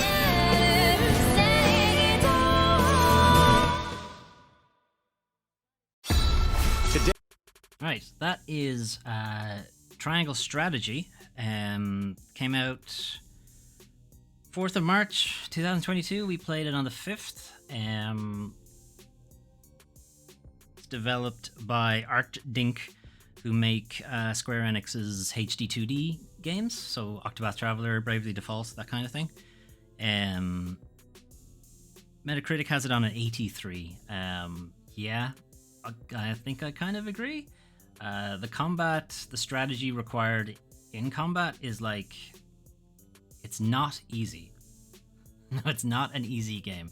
You do really have to think about where you're placing your characters, how they can be flanked, how they can be overpowered, or if they're in range of ranged attacks, you know, if magic can hit them and stuff like that.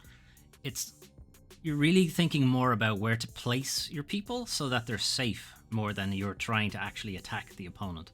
You're like, I'm trying to minimize how much damage I'm going to take so I can eventually overpower them. And it does have you in an almost defensive mode, almost right from the beginning. There is a couple of enemy scenarios, enemy encounters where you are like in a power advantage, and you do feel it then, because you've been at such a defensive position, that when you do have a power advantage, you're like, yes, I can finally annihilate these guys. And even then, like, you still have to be really careful about where you place your guys. Outside of combat, there is a really intricate like political military story going on with these warring factions. It's like double agents, like engaging in diplomacy, and then people betray each other and stuff like that. You do recruit people from the different factions, but they can have like inter-party issues because they're at war with kingdoms are at war with each other, but we're like friendly, and it's like there's a lot of like inter-party stuff as well. And then the game has an extra mechanic where you sort of have to convince party members on what action you're going to take in the story. Like, you have to like try to win them over to your side. It's not like a kind of thing ordinarily in a JRPG. The main character just makes all the decisions and everyone just goes along with it. Whereas in Triangle Strategy, you have to try to get a consensus for everybody. And if you're not able to get the consensus for the thing you want, then you are locked into the other options, potentially. Depending on how it goes, or you might lose party members if it doesn't go well. So there is like even outside of the strategy combat, there's still strategy, even in your interactions with your party. Like, it's very intricate. Plus, it looks really good. The HD 2D style is like gorgeous. I really like. Ever since Octopath Traveler came out, I'm like, more games in this style, please. Anyway, Triangle Strategy. Where are we putting you?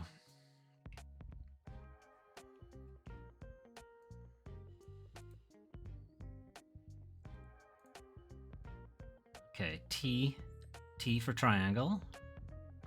Sorry, I have to go through my art list to find it. Okay, there it is. I'm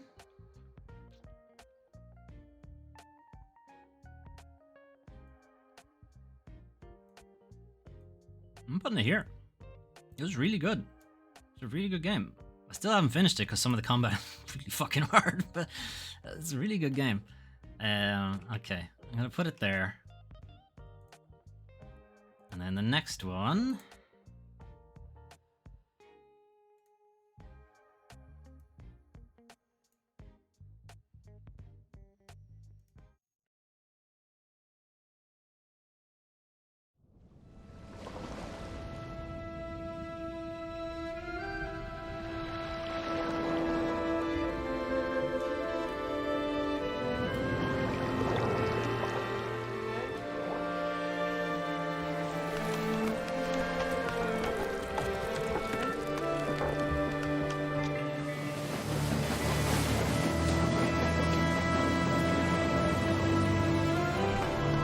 Okay, so this is Far Changing Tides.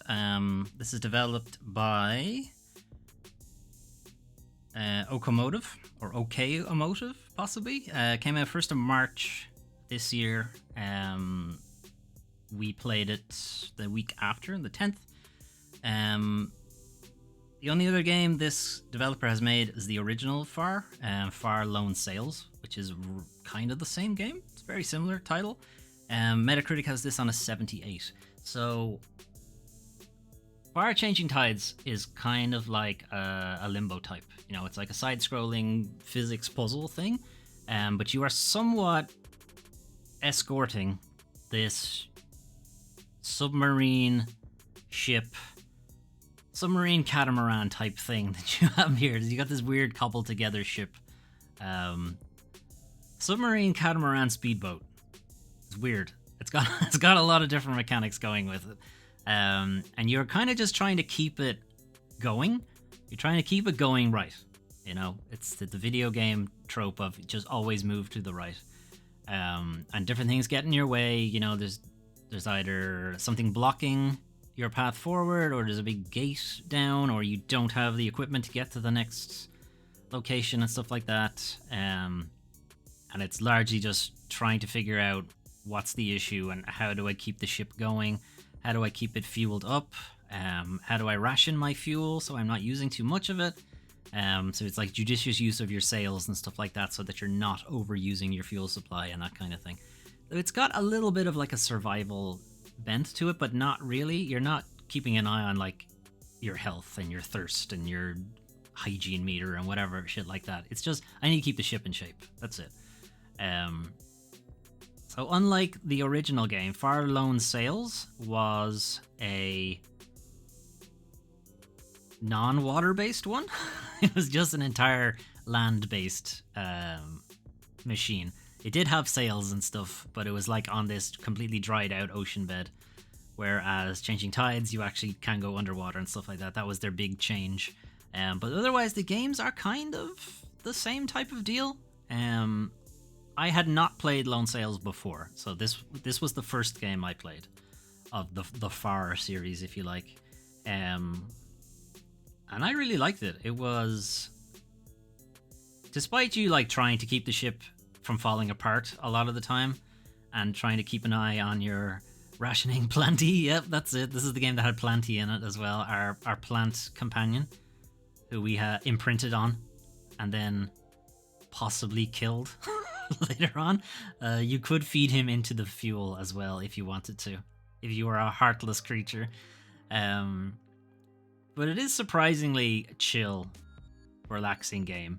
Like, the puzzles themselves aren't super taxing on the brain exactly. Like, there were one or two of them that you're like, what exactly am I supposed to do here? But most of them are just, I need to figure out how to get to some point so I can flip a switch. Like, it's not, you're not in the dark on what exactly you need to do. And Lone Sails was much the same. So it kind of feels like I'm saying they're the same game, but like Changing Tides does add an extra element with like water, more or less, having to go underwater and stuff like that. It is a bit different. But yeah, I really like Changing Tides, but there's not much to the gameplay afterwards. There isn't really much of a plot either. Like, you get a kind of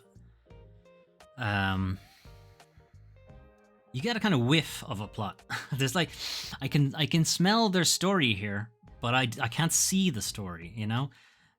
You think they're trying to find a parent maybe, or a sibling or something, and you know that you need to go right. And when I say right, I mean this way, I guess, because the camera is reversed. But anyway, you don't really know why you're doing it, I guess, other than there's some impetus that you need to go right because it's a video game and you have to go right. Also, you can't turn the ship around, so there's that issue as well.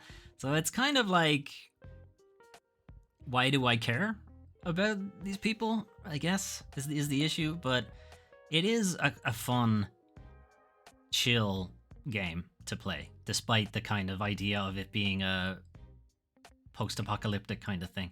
Anyway, where are we going to put it on the list?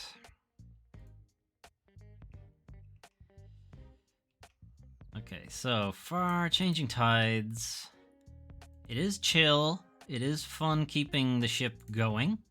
You know, managing to ration out your fuel sources and getting the sails to full speed and stuff like that, and then turning the sail off in time so you don't crash into something and stuff like that. But there isn't a whole lot of plot, and like not a whole lot of connection to it.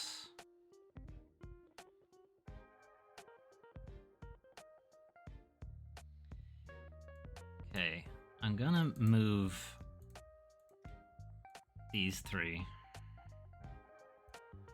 I'm gonna put Black Book up here, and I'm gonna put Far in here. Okay. I think that makes sense to me. Okay, after Far. Okay. I'm not sure this is the right trailer, but anyway. You're gone!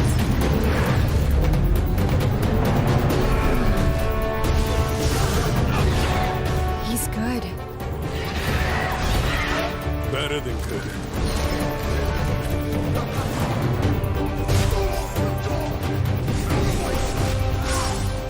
I will reduce you all to ashes!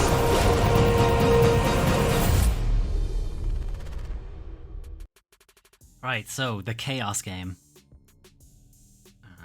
Far Changing Tides, solid middle of the road. It's the chill part that saves it. Yeah, I think so.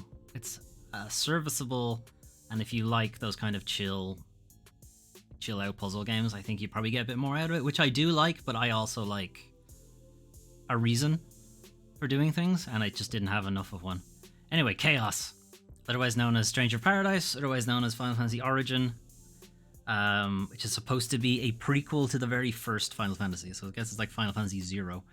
Stranger of Paradise came out on the 18th of March, and we somehow played it on the 17th of March. So that's interesting. I did some time travel, I guess. Or maybe I think it had a, like, if you pre-order it, you get extra days or something like that. And then I only used one of the extra days. I think you had like 4 or something. Anyway, why extra time on a non-multiplayer game? I don't understand. But anyway, Metacritic have this on a 72, which is a bit mean. My opinion, should be higher. This is developed by Team Ninja. Recently, Team Ninja have been working on the Neo series. We will have another game on the list from them later on. They have also previously worked on Ninja Gaiden, i.e. the really, really hard ninja game, and Dead or Alive, which is the really, really hard in your pants fighting game. Anyway, Stranger of Paradise is very much Neo. Again, it might as well be Neo 2.5, because it is running very much on that system. They have just swapped out a bunch of assets, but they have also added in a fucking ton of weapons and classes and skill trees and abilities and enemies and stuff. There's so much in Stranger Paradise, and then there's so much added now because there's a couple of expansions that have come out since. The Neo expansions in the past have always been really good because they add new classes and new weapons, new abilities and stuff, and they add new areas, chapters, levels, what have you. Stranger Paradise has done much the same, but it has Final Fantasy enemies. So if you're super into Final Fantasy, yes, I think you would like it a lot, which I am, which is why I like it, I guess. I also really like Neo, so I have that going for me too. The story is, of course, absolute stupid. You know, it's almost like modern day Guy gets thrown into Final Fantasy universe, except he's not modern day Guy. He actually lives there and belongs there. He's just for some reason behaving like angry 90s protagonist Guy for some reason. And I want to think they're doing it on purpose as a joke, but I'm not sure they are, and that's kind of the issue. Is this a joke? Am I supposed to laugh at this part? Because it's funny, but I'm not sure if it's supposed to be funny is the problem. But if we're just looking at the combat, it is like Neo, and Neo is a Souls type game, a Masocore, like a really hard action combat game. Stranger Paradise isn't anywhere near as difficult as them. Its default difficulty is pretty easy, is what I would say. If you're coming from Dark Souls, Elden Ring, something like that, you'll think this is kind of easy. But there is like I forget what it's called, but there is like a fuck you difficulty mode if you want to jump into it that will make it really, really hard. Because again, these guys did make Neo. Neo is a hard game. It is a Masocore properly. Like, it is a very difficult game. And they will do that for you as well. So, Stranger Paradise, I enjoyed it, but again, I didn't finish it. Because it did become, like Neo as well, it does become very menu heavy after a while, in that you're constantly having to check, do I have points for this? Should I be using this weapon? Do I have an extra attack in this? You know, do I have better affinity with this weapon, with this class? You know, which enemy, are they vulnerable to this kind of thing, this element? You know, you do end up juggling a lot of equipment, and that does it just slows the game down massively. Your party members, which is not really a thing in Neo, you can kind of get them, but they're usually not, they're usually level specific, whereas in this game they're with you all the time, and they're fucking stupid. They're not smart. They run into hazards, they run into fireballs and stuff. It's really frustrating, and trying to keep them alive is almost as difficult as just fighting the enemies yourself. On top of that, it doesn't... So it's very colorful in the trailers and stuff, but when you're playing the game itself, it's kind of muted looking. I'm not sure. It could be a graphical setting I have myself. It could be that the trailers and stuff are all in quality mode and I play in performance mode, and it could be something like that, but I feel like it could look better. There's a lot of Final Fantasy fan service going on. You know, you do see Final Fantasy enemies popping up and stuff like that, and that's fun. But if you don't care about that series, don't think you'd get much out of it. But anyway, we have to decide where it goes. So, Stranger Paradise.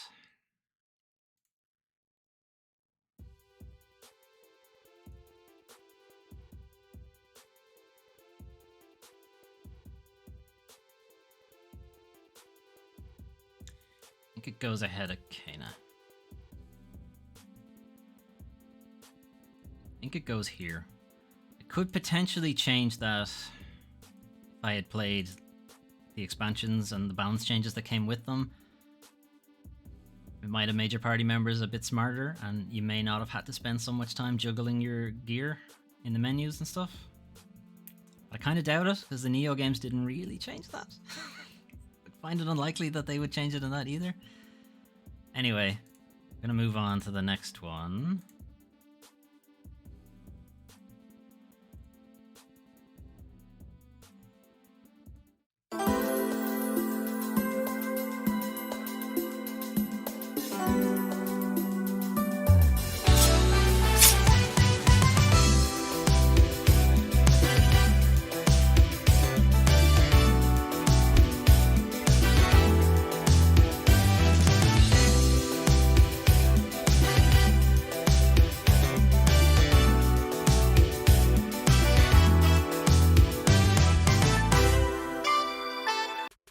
this is Paradise Killer by Kaizen Gameworks.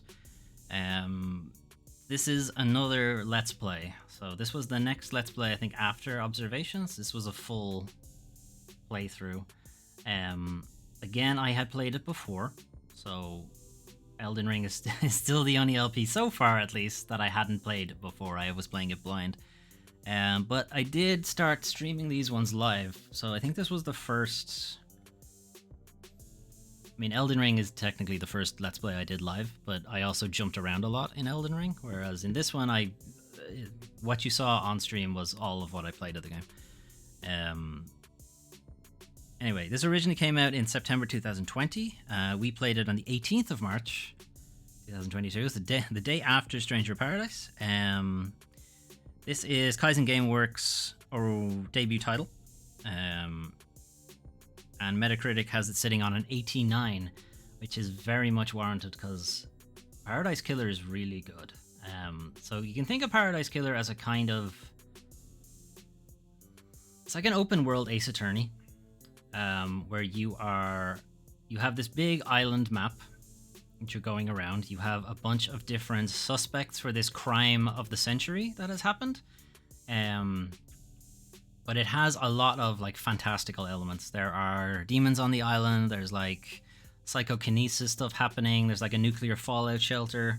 There's a red skeleton who's somehow still alive kind of thing. There's two assassins that, bonded over trying to kill each other, and now they're married to each other. There's a lot of really interesting characters in Paradise Killer.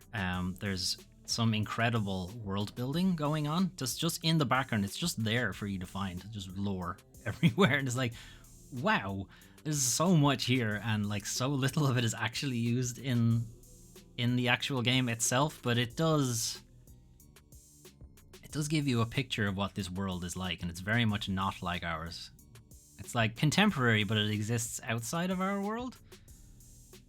It's not like an alternative universe or whatever. This, like, our world does still exist in this universe. It's just this one is in some kind of pocket dimension nearby or something crazy like that.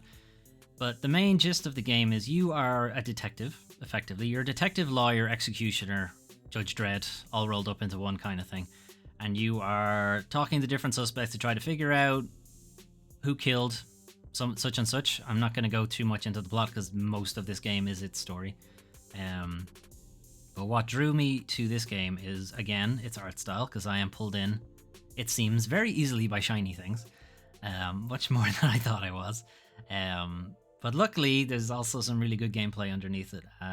Trying to piece all the things together. There are some very intricate, like, web of conspiracies and stuff happening in the background.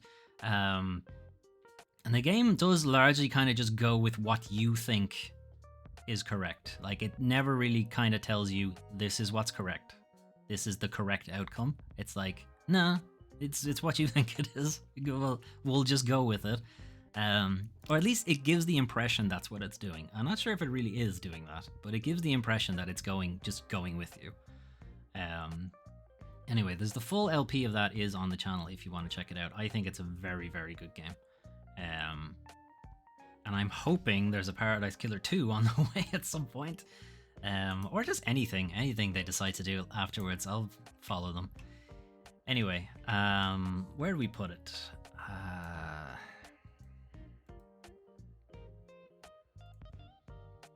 This is gonna be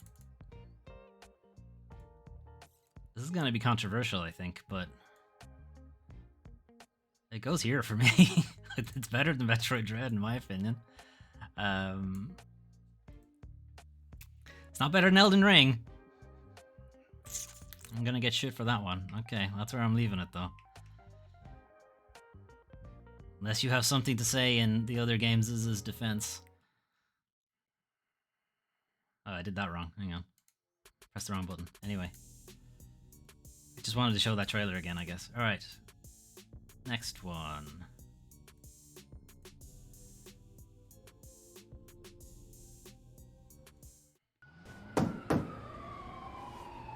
Hello, package for Ann Flores? Good morning, darling! It's a beautiful day. Perfect day for a cute skirt.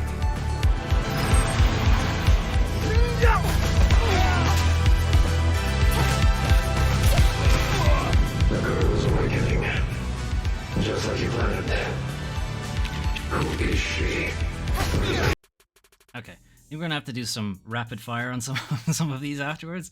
We've hit 2 hours now. Anyway, Anno Mutationem by Thinking Stars came out 17th of March this year. We played it on the 20th of March. This was also Thinking Stars' debut game. Metacritic has it on a 71. It's a bit generous. Anno Mutationem is a side-scrolling beat-em-up kind of game, but there are some certain elements where it goes 3D and you can kind of run around in the map. But once combat starts, you're locked to a 2D plane, which does let them do some kind of fighting game stuff, you know, in the way that like Street Fighter or Mortal Kombat are locked to a 2D plane for combat, unlike Tekken, which is like 3D. You know, it's that kind of thing they do with the gameplay. It starts out interesting and fun and then just becomes kind of bullshit combat-wise. Enemies either have too much health, are a real slog to fight, or they are crazy overpowered, in my opinion. The story takes a very long time to get going, and then when it does, it just goes 0 to 60, like, immediately. So there's a lot to like. Like, the main characters and her immediate family are a lot of fun. They're fun characters, even if it's a bit anime cringe sometimes, but it is largely funny for the most part. It can get a bit grim, some of the storyline elements, and it again does become very ultra anime at the very end of it. I was enjoying it for the first, we'll say, third of the game, and then combat became a bit of a slog, and then the last third, the story just kind of goes nuts at the very end, and combat just becomes, again, even, it's not a slog anymore. It's like you're trying to avoid one-hit kills and stuff like that. It's not particularly fun, in my opinion, anyway. So I'm gonna put Anno Mutationem. On the other hand, I did finish it, and there's a lot of games on this list that I jumped off of because they were frustrating, but I did actually finish Anno Mutationem.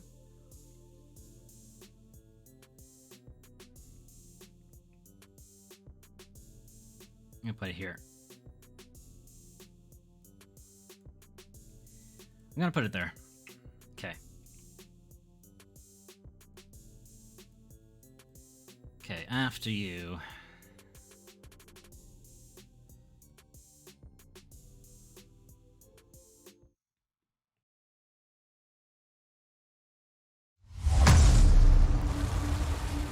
こいつは大勢の魂を借り集め、それを利用して冥界と現世をつなごうとしている。あいつはこの先に一体何を見ているって言うんだ。いぞ、黄泉の国はまだ先だ。なんだか盛り上がってきたな。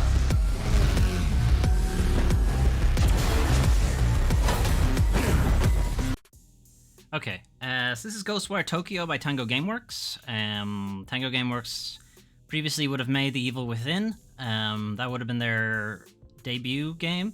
But they're also like, they have veteran developers from things like Resident Evil and Silent Hill are on their team as well. Ghostwire Tokyo was disappointing overall. I was kind of hoping for like a first-person creepy horror psychological thing set in like an abandoned Tokyo kind of thing, and when it goes into like strict story elements, strict story sections, it does present that, and it actually does a good job doing that. Like the really scripted parts are really good. Some of the boss fights are also similarly pretty good. Character designs, enemy designs, like they are pulling from Japanese folklore, and they're super creepy. Some of the bosses are legit scary. But the gameplay of you having kind of kanji magic, where you're like firing wind at people or firing, you know, a fire at them and stuff like that, it doesn't feel great. You know, it doesn't feel like, I'm not really sure how to describe it. Like, they do have analogs, like the wind thing is like a pistol. Like it does behave kind of like that. You have a water attack that sort of behaves like a shotgun. You've got a fire attack that kind of behaves like a grenade launcher and things like that. But they just don't feel great to use, you know? It doesn't feel like you're flinging wind at people and stuff like that. And a lot of the time you can just stand back and spam the attack and you'll be fine. Enemies take a little too long to get to you. And even then, they're kind of weak. And your parry is a little too good, I think.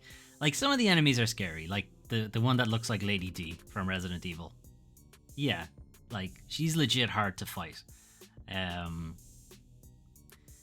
The game itself, the story is kind of nonsense. I'm struggling to think exactly what it was about, to be honest. The main plot can be finished pretty fast as well, so there's not a whole lot of scripted content in it either. And there is just too many collectibles. Far too many collectibles, and you just don't get anything for it. On the other hand, good aspects of it. The game is really pretty. And even more so, again, I've said this before, but even more so when you do 4K HDR, it looks really nice. I'm not sure what exactly I'm doing in the YouTube video here. I think I'm stealthing. I'm going to skip us ahead, because that seems kind of boring. And now I'm reading something.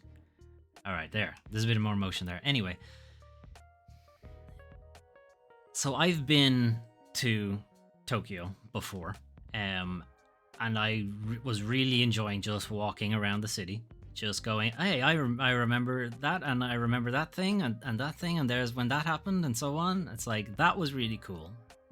Just living in the city, because it's really well realized. It's not one-to-one or anything, but it's like a really well realized idea of what Tokyo would look like. And that aspect of it was really good. The game itself looks really nice.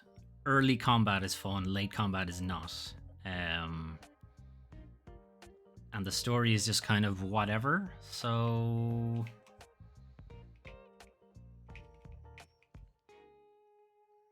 Where does it go? Okay. We actually also did a full LP of Ghostwire Tokyo, because I was thinking, hey, this will be a good game, let's do an LP of it. And it's like... it got not so good pretty fast, to be honest, so...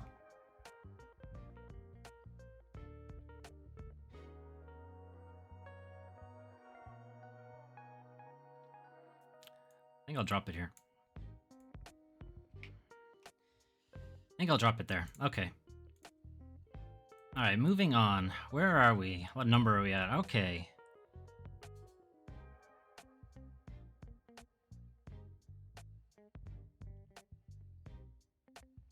Alright. We're not even...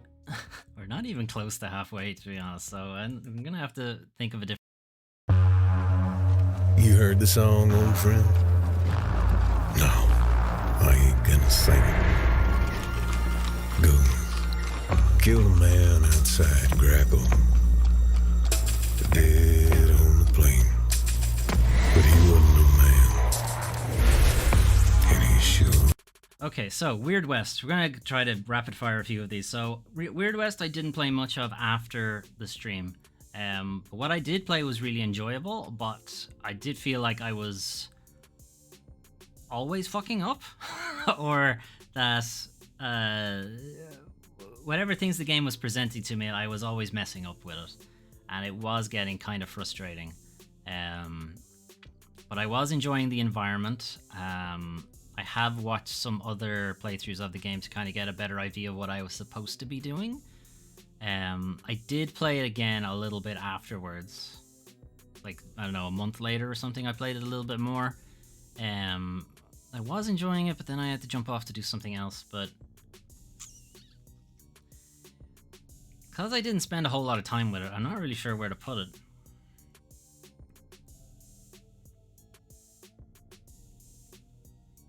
So I'm thinking I will just... so I don't know, I'd have to put an asterisk beside it or something, but I think I'll just put it here. Because I just didn't really spend enough time with it, but the small amount that I did spend with it seemed fine.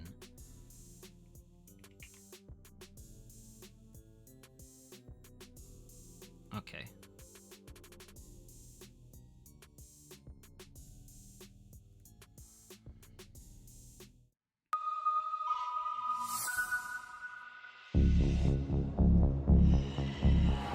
The world is a scary place.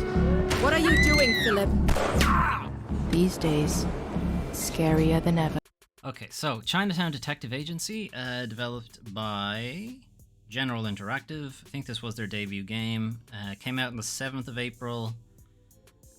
We played it a week later. Metacritic has it on 66. Bit mean. They do have a previous game called Terroir. Terroir? I don't know. It's like a wine, or it's like a vineyard management game. Anyway, Chinatown Detective Agency is a bit like a grown-up Carmen Sandiego. So it has a bit of like an educational bent to it, which you are solving puzzles as a or solving cases, I suppose, as a detective, PI in Chinatown, future Chinatown. And what's interesting about the game is the puzzles it gives you are things you need to actually go off and like research yourself. You need to like whip out Google or an encyclopedia and read up on some stuff, and it's like really intricate small things. So unlike Carmen Sandiego style, where it's pretty obvious what exactly is happening because it's meant to be for kids, this is grown up. You really need to think. You know, it's like you need to find what this stamp represents, which country it came from, which municipality it came from, when it was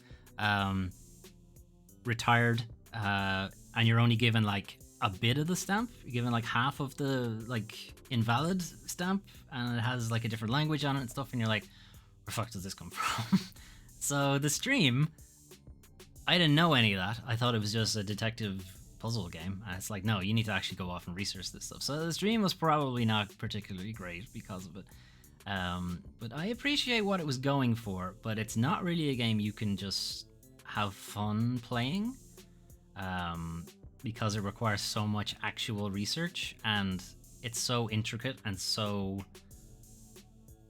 it's so easy to make a mistake because it's such specific knowledge, and if you don't really know where to look for it, you're gonna be in trouble. So I'm gonna put it here. Because it wasn't boring. Monarch was boring. Anyway. Okay, we're gonna have to speed up. I keep saying that and then I don't speed up, but we're gonna have to speed up. Okay. Alright, I think I'm gonna stop dropping out for the trailers, and I'm just gonna go into it. Soma from Frictional Games. These are the guys behind Amnesia, behind Penumbra and stuff like that. Soma was a full LP that we did on the channel. Again, I had played it before, so I knew what I was getting into, so it wasn't a blind LP. We also played it in safe mode, which means we didn't have to deal with the stealth cat and mouse shit that I hate, because it just slows the game down, in my opinion. Soma... Particularly Soma, maybe not for Amnesia, Penumbra, but Soma I think benefits from story mode, from safe mode, because the enemies you need to hide from, or they scream in your face and then put you back to the checkpoint, like they don't add anything to the game. Like it's not really meant to be a scary game. It's meant to be existentially terrifying, but not like, I don't know, scary terror. I don't know how to go with that. Anyway. Soma originally came out 2015. I don't think I played it when it came out. Metacritic has it on an 84, which I would agree with. Soma is a really good first-person puzzle game. I think it would actually make a really great VR title, because a lot of the puzzles just feel really tactile. It's like you could like flick switches and turn things and stuff. I think it would actually suit VR really well. But the main gist of it is it's a lot of questions about how much of you is you, you know, how much of you, like, of your body necessarily needs to remain before it's not you anymore. how much of your mind needs to remain before it's not you anymore, that kind of thing. Like, if you cloned yourself, are you both you? Which one of you is the real you, kind of thing? There's a lot of very interesting questions, and it doesn't answer any of them, obviously, because that's the way you do these existential things. You don't answer those questions. You let the player answer them for themselves. But anyway, that's Soma. There is a full LP of that on the channel if you want to check it out. But where are we going to put it? So, I really like Soma, and I think it has some really interesting questions to pose to people who are open to that kind of thing.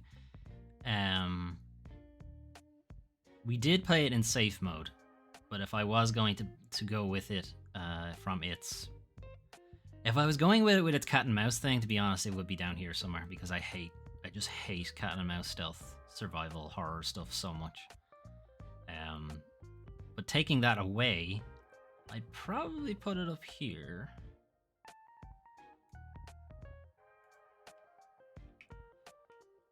I drop it there. Okay, so after Soma,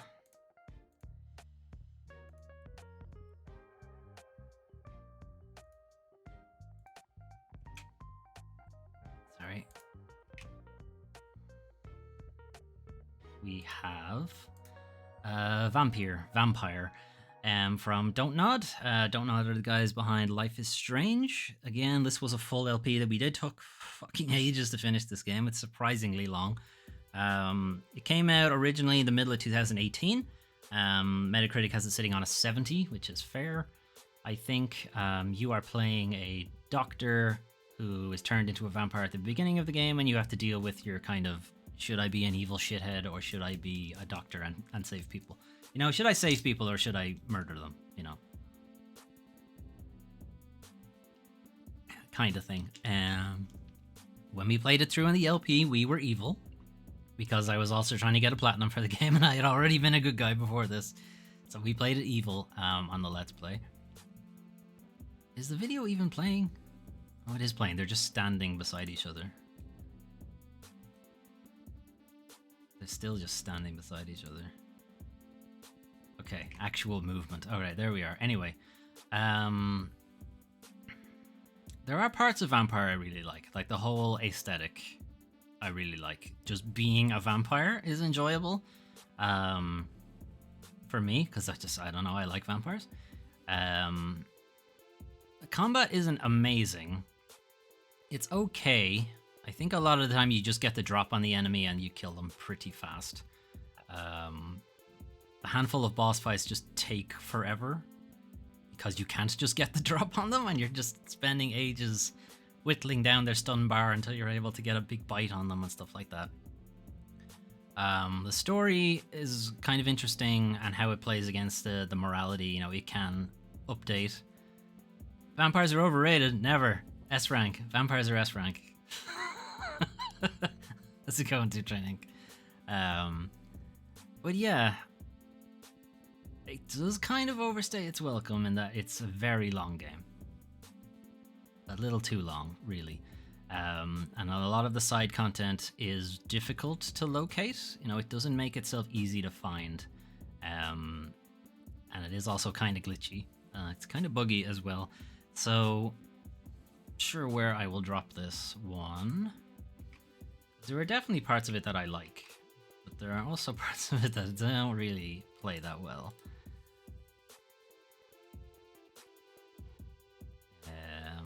So, it's better than Ghostwire.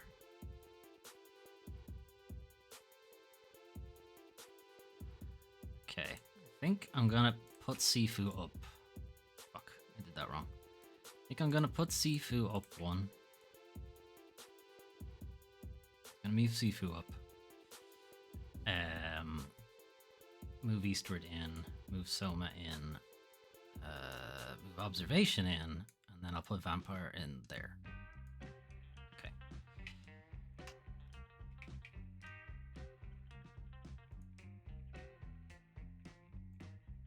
Okay, after Vampire was...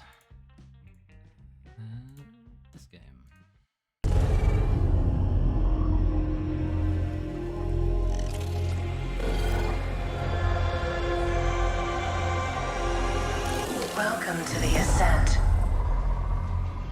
indent on the planet Velas. Indents pursue a rewarding career. Okay, so this is The Ascent by Neon Giant, I think is the name? Yeah, Neon Giant. This was their debut title. Metacritic has it sitting on a 77. Originally came out the middle of last year, in July 2021. We played it in May of 2022, so not quite halfway through the year. So The Ascent is an isometric twin-stick shooter set in a kind of cyberpunk world where we are in a kind of mega city that has been shut down because its corporate overlords have died. But nobody knows that. Except you kind of do. You kind of know it's happened, but no one has confirmed it or whatever. You find out later that, yes, they are indeed dead. Anyway, it's very pretty, despite it being horribly grunge dirt all over the place. I kind of have the same issue with a lot of games, is that the combat is fun at the beginning and then it becomes a slog. Because enemy strength kind of goes up a lot faster than your player strength. And that does just get very annoying after a while. And also, I do feel the game does push co-op a lot, and it probably plays a lot better with a friend. I'm not actually sure if it's balanced for a single player. I'd like to think it is, but I'm not actually sure if it is. It does feel like it's a game that would play really well with like 4 people. I think it has up to 4-player co-op, and I do think it'll probably play really well like that. But as a solo player, it does become a bit of a slog near the end. About the last third of the game is just these enemies are taking forever to fucking die, and they're killing me really fast. It's really frustrating. I did finish it though, so I guess there was something about it I did like. Probably, once again, pulled in by aesthetics, as I usually am. Okay, so The Ascent. Did that wrong. The Ascent. Where do we put you?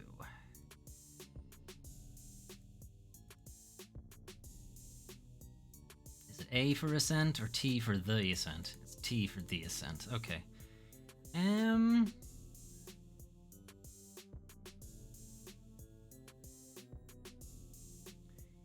think I enjoyed Witchwood more, but I do think it's better than Anno Mutationum, so I'm going to put it here. Now that, out of all of the ones that I have ranked here, that one is probably the one that feels the most personal, subjective. As I do think if you had a buddy, it would be a lot more fun. But I don't, so it isn't. Okay, anyway, that was The Ascent. Okay, next up.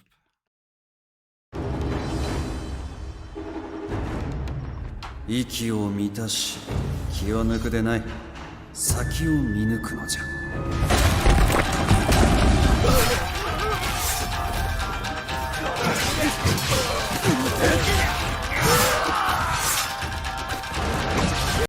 Okay, so Trek to Yomi by Leonard,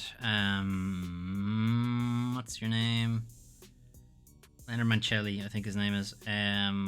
Not his first game. He made a game called The Eternal Castle, which, if you've ever seen the film Big by Tom Hanks, there's a game he is playing early at the start of it that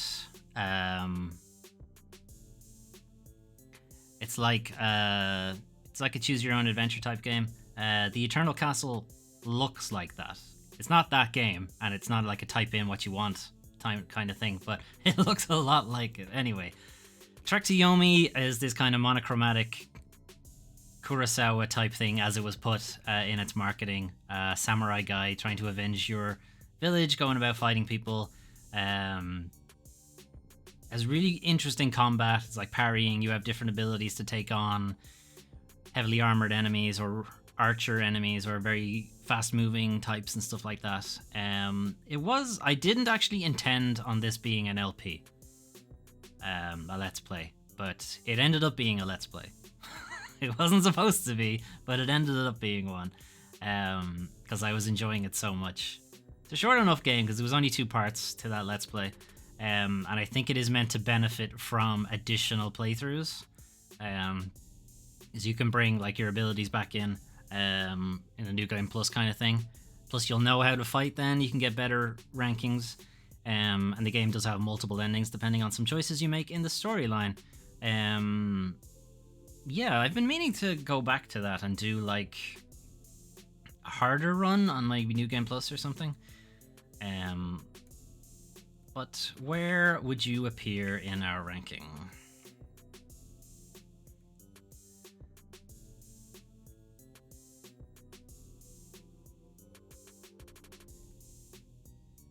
Okay, so Trek to Yomi.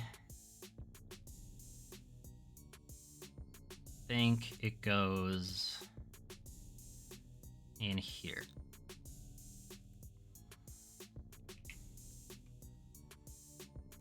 That feels right. Okay, Trek to Yomi.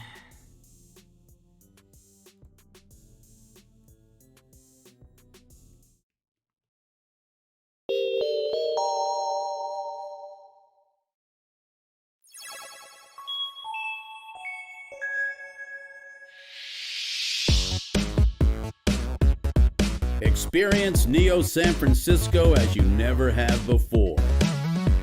With expanded stories. Okay, so 2064 read-only memories, developed and published by Midboss, which makes it an indie title. Was originally released in 2017, beginning of 2017. This was, again, another Let's Play. Metacritic has it sitting on a 76. This was, other than Elden Ring, this was one of the first Let's Plays I did that was blind. I had never played this game before. It is a visual novel, kind of choose your own adventure thing, where you are somewhat saddled with this new sentient AI robot guy, and he wants your help locating his creator, and some shenanigans have happened with his creator, and now you need to figure out, you know, what to do with him, who's responsible for creator's murder and stuff like that. So there's a lot of that kind of visual novel kind of things, but then there's also questions about, you know, what would you do if there was an AI you were saddled with? It was the very first AI. Would you try to, you know, exploit it, or try to foster a good humans versus robots situation with them and that kind of thing? It does have some interesting story elements, and a lot of the characters are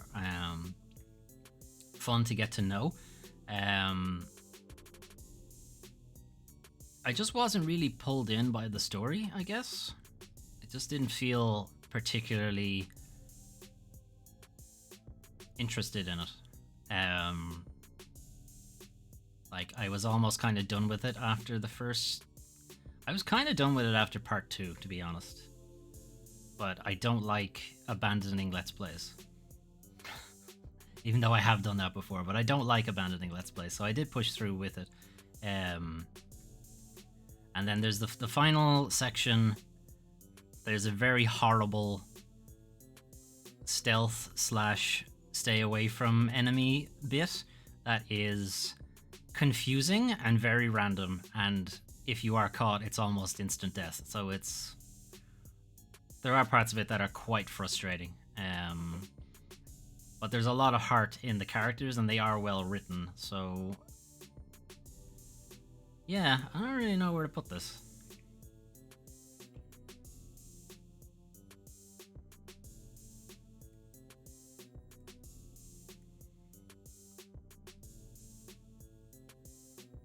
I'm kind of thinking where it is, to be honest. I think that's kind of fine. Okay.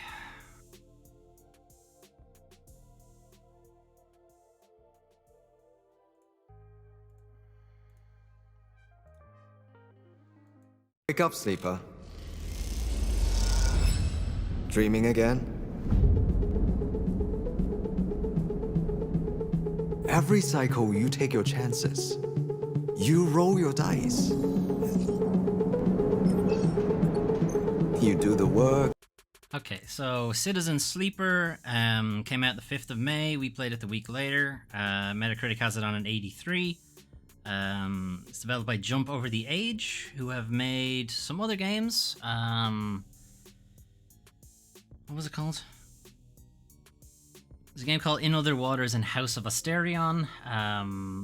In Other Waters is a kind of survival thing where you're treading water and also trying to look for your partner who has gone missing. And House of Asterion, I'm not sure what it's about, but Asterion is the name of the Minotaur in Crete.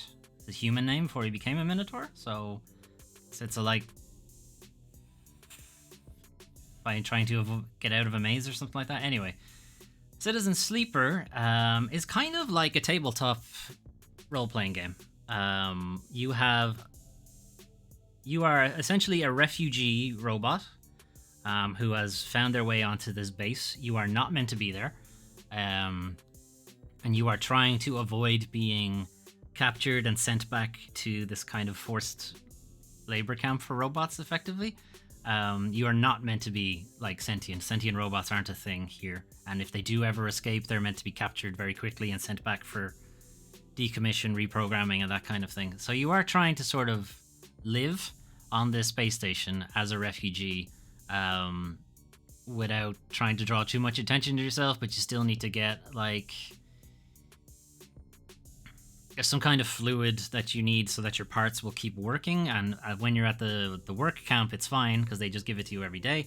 But when you're not at the work camp, you need to get it, and it's like a black market contraband thing. So you need to work with people who you may not want to work with because they're, you know, criminals or nefarious or what have you. But you have to, because this is the only way you're going to get effectively food. You know, like, it's very much leaning on the idea of this is, you know, this is what refugees have to deal with, or this is what people in abject poverty have to deal with and stuff like that. Like, it's very much trying to, like, give you an idea of what that is like,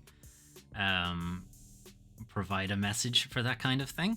The gameplay wise is that you need to choose things to do with your day to try to get enough money so that you can afford your next fluid injection effectively, and you try to make friends with different people to sort of make your day a little bit easier, improve your skills so you can do things a bit easier, like salvaging things or working on machines and stuff like that. And all the while you are trying to avoid this agent who is looking for you and trying to send you back to the work camp and stuff like that. So there's a lot of, like, picking and choosing what exactly you're going to do. But you aren't always able to get the thing you want because at the start of every day you roll a set of dice. The number of dice you can roll is directly attributed to how stocked up on fluid you are. So the more healthy you are, the more food you've had, the more dice you have to play with. You can assign dice to different tasks. Typically, the higher the number, the more likely you are to succeed at that task and stuff like that. Or sometimes some tasks want a very specific number, so even if you roll a 1, that's not shit necessarily. Some tasks might want a 1, and so on. It's a really interesting game. I have been meaning to try to go back and finish it. There isn't necessarily a correct golden path route. You're just sort of trying not to get caught, either physically by the agent or digitally, I guess, by, like, various viruses that are around on the station and stuff like that. But yeah, Citizen Sleeper is really good. So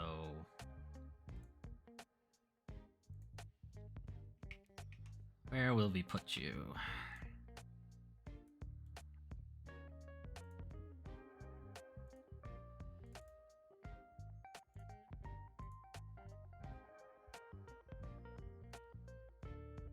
I think it can go between you two.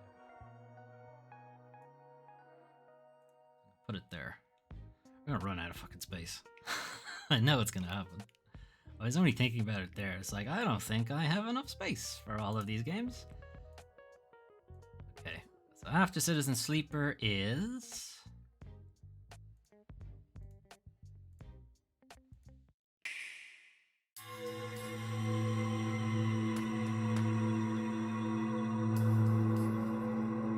It's been a long time since I last had this dream. I reached out for a piece of scrap metal. And then I fell. The golden path is lined with beer and pizza. For me, at least. Yeah. Citizen Sleeper, it's like, I don't know, alcoholic fluids, I guess. Anyway, this is... What is the music you're playing? It is some random YouTube shit. Some random YouTube Creative Commons, we won't copyright strike you music. So I don't know, to be honest. I actually can't hear what music you're hearing. So it doesn't put me off, more or less. Xenoblade Chronicles, the definitive edition. When I first joined the stream, I was confused and I thought Twitch was playing ads on your channel. Yeah, I think the full screen trailers are probably a mistake because it does look like it's an ad with weird music playing over it, but yeah. Anyway, I'm locked into these scenes now, I'm not changing them. Okay, so we play Xenoblade, definitive edition. It was a full LP, it took fucking ages, but it is a pretty good JRPG. Very early in the Wii U's, I think, was its original platform. Came out in 2020.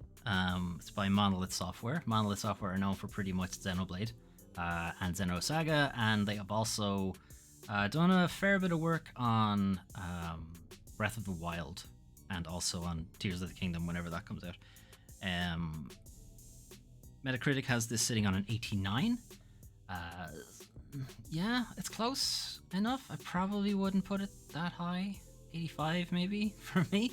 It's just combat does eventually become a bit mindless. You know, after a while, your characters, your party, like not your playable character, but the other party members are so strong that they can effectively win the fight without you. So that does get kind of boring after a while. But the story is really good. You're Shulk. You are like the chosen one, only I can use this sword, it must be prophesied, etc, etc, but maybe not, maybe there's some shenanigans why you're the only one who can use it, so on. I don't want to give away too much of the story, but it's really well done. I did like it a lot of what we played. We did not play the DLC, which is what's showing in the bottom right video at the moment. Hey Automaka, how's it going? You also thought there were ads playing? I'll have to think about my setup after this. Because there shouldn't be. Well, I mean, I guess there could be, but I wouldn't get any money from it. Anyway, what was I going to say? Yeah, I'm just going to jump ahead for Xenoblade.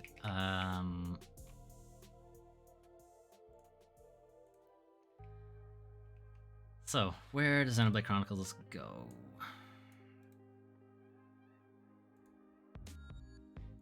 Well, it was a full LP, so I need to go in that folder. I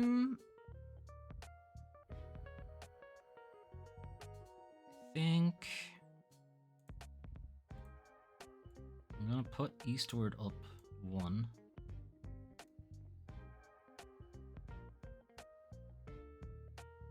I'm gonna put Xenoblade here.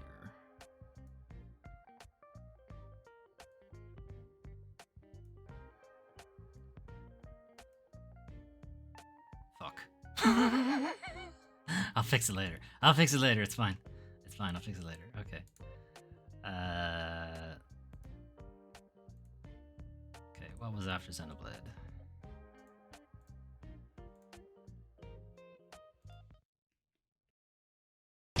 Before the 100 heroes banded together, there was the story of 3.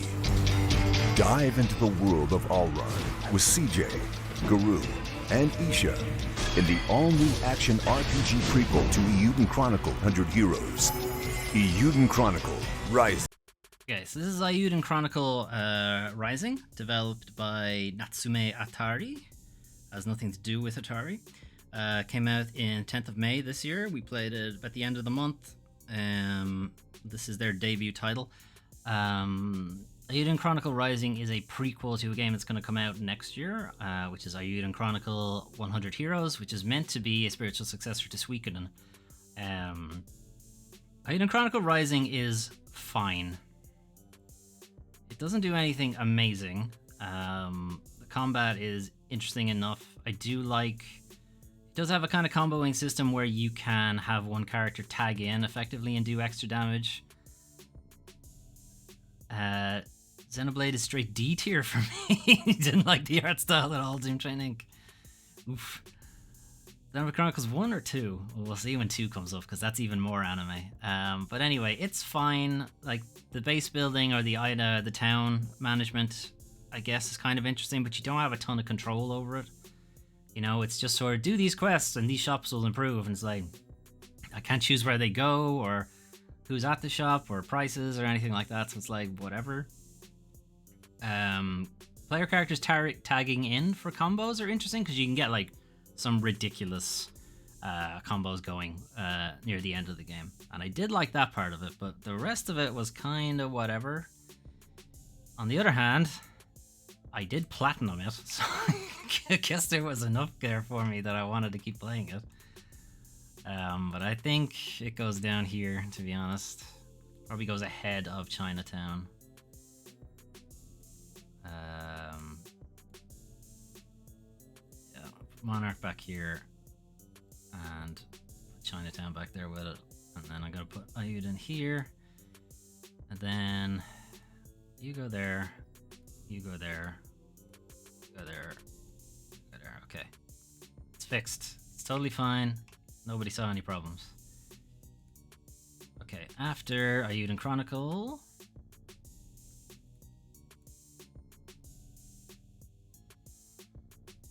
Peggy 18.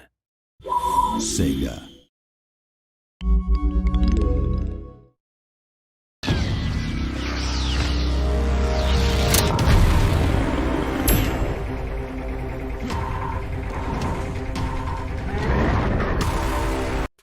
Okay, so Bayonetta, Platinum Games, originally came out 2014. This was another Let's Play that I had never played Bayonetta before, so this was a blind LP for me. Reading up on it since, a lot of people would say that your first playthrough of Bayonetta will not go well. And they're not wrong, because I was very frustrated playing it. It's just you don't have a lot of the upgrades, you know, you're only getting abilities that are kind of really important and you're getting them fairly late in the game and stuff like that. Like, I did enjoy it. Bayonetta is fun. The character herself is very fun. There's a lot of Devil May Cry in the game, and I love Devil May Cry, so I mean there's no reason for me to not like Bayonetta. I personally was very frustrated with the Let's Play. I did go back and play it afterwards. Incredible voice acting by Hatsune Miku. Yep, that's it. She's always voiced Bayonetta. Definitely hasn't been anyone else ever. But I did go back and play it after the Let's Play, and I did have a lot more fun with it, to be honest, when it was offline. And I had all of the abilities unlocked and stuff. Which apparently is the correct way to play the game, so there we are.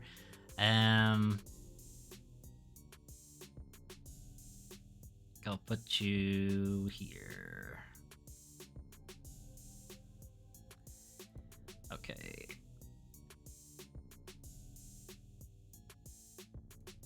Okay, after Bayonetta.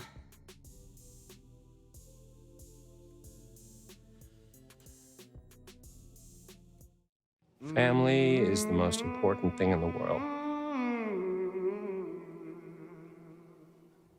But if your whole family, you know, like every last one of them decided to jump down the bottom of a well and they're all just hanging on the end of a rope. Okay, so it's The Quarry by Supermassive Games. Supermassive Games are probably better known now for Until Dawn and the Dark Pictures Anthology. They do choose your own adventure, QuickTime things with C-list actors, typically. The Quarry was actually meant to be a Stadia game. It was meant to be a Stadia exclusive for 2K, which I did not know until about halfway through we were playing the game, but the UI makes sense now. because of that. It was very much trying to be Until Dawn again. And I don't really feel like it succeeded. I don't know. Something about Until Dawn, it just feels better. I can't really point to anything in particular that made it better. I did feel like Until Dawn does sort of like have that illusion that you're making choices, but you're going to end up in the same place anyway. I think the Quarry just didn't do a good job disguising that. I think it felt like you were going to go to some locations regardless. And then graphically, it's too fucking dark. There was a lot of times, if you go back and watch, this was a full LP as well. If you go back and watch, the number of times I say I can't see shit in that let's play is kind of ridiculous. The Quarry came out the 10th of June of this year. We played it the week after. Metacritic has it sitting on a 74. Yeah, that's about right. 70 maybe. So I think we will put you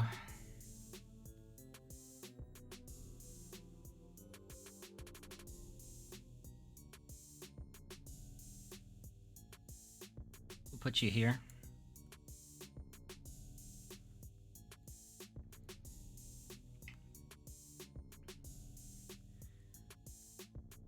Okay, after the Quarry,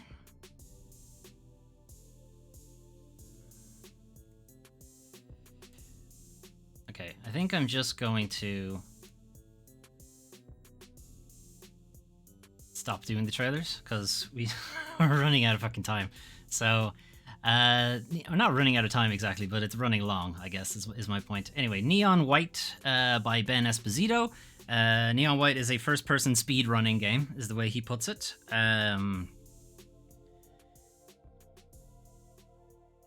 Why can't I see it in my list? There it is. Neon White came out 15th of June.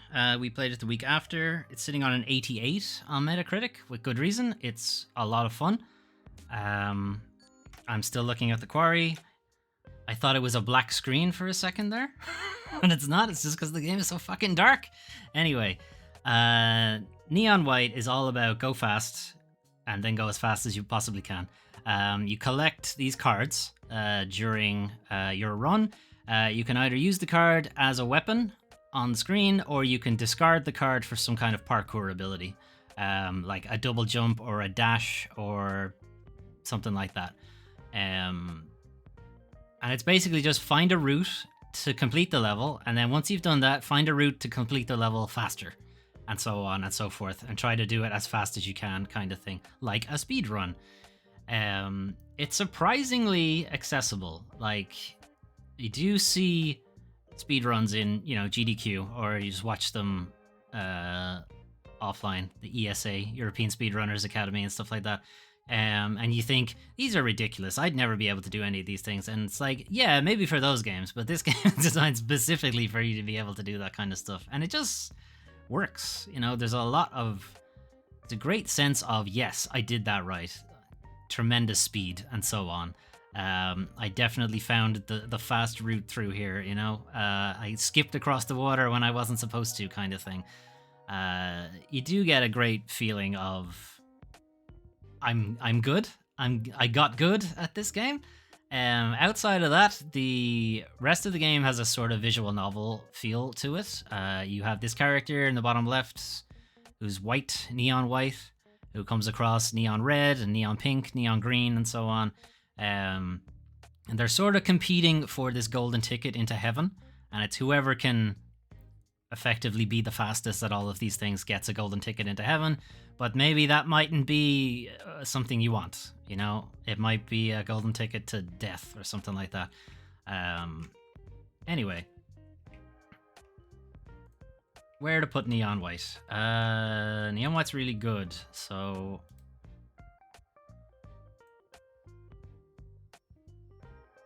No, it's not. We didn't do an LP of it, so it's in this menu.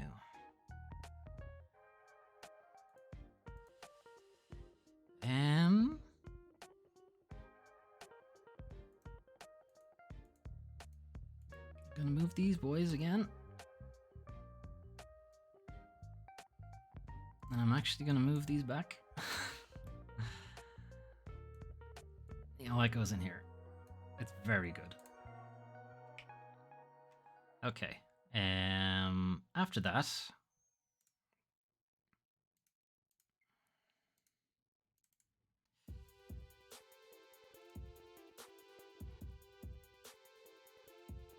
I missed it if you said what music you're playing. It's YouTube's no attribution needed music. No, it's we won't copyright strike you music, basically. Okay, so S ranks. I know I'm running out of space is the problem. Okay, so Live Alive, or Live Alive, or Live Alive, Live Live, not sure how it's meant to be pronounced. Is that video playing? Yes, it is. Okay, good. Is again a remaster of the original Live Alive, Live Alive, Live Alive, however you're meant to pronounce it. Came out 22nd of July. I think we played the demo of this game. It's developed by somebody at Square Enix, because again, Square Enix don't tell you which of their internal teams works on these things. But it's probably ArtDink again, who worked on Octopath Traveler Triangle Strategy. It's probably one of their teams.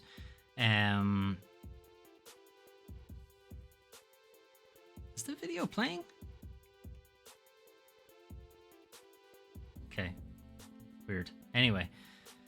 So, in Live Alive, Live Alive, you have 8 different characters. They all have their own story. This may or may not sound like Octopath Traveler, but this is way before Octopath Traveler. And they all play out their own story. They all have their own different mechanics. The one you're looking at the moment, you're a ninja who's trying to infiltrate this castle. But some of them are set way in the future, where you're like a robot AI trying to effectively do survival horror on a spaceship, and then you can go back way back in time to be like a caveman and his dinosaur pet who's trying to just hunt down for food and stuff like that. And then once you've played all of their parts, they all meet, and you can finish out the proper story with all 8 characters combined, kind of thing. We only played the demo, and I found the ninja section to be really hard. Like, kind of unfairly difficult, I felt. And the future setting was... I don't think it was a good choice for the demo, because it was a lot of talking, and it only like just about got to its gameplay section, and then the demo for it was over. So there's not a whole lot going on with it. So I can't really say if I agree with the high score that it's sitting on in Metacritic, because I just don't know enough about the game. So I'm gonna have to put it kind of in the middle somewhere, because the demo didn't exactly blow me away. I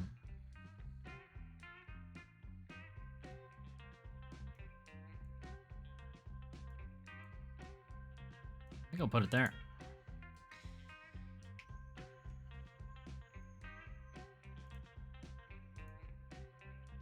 Okay, so next up is Deliver Us the Moon, which was again a full LP that we did. This was a game I had played before.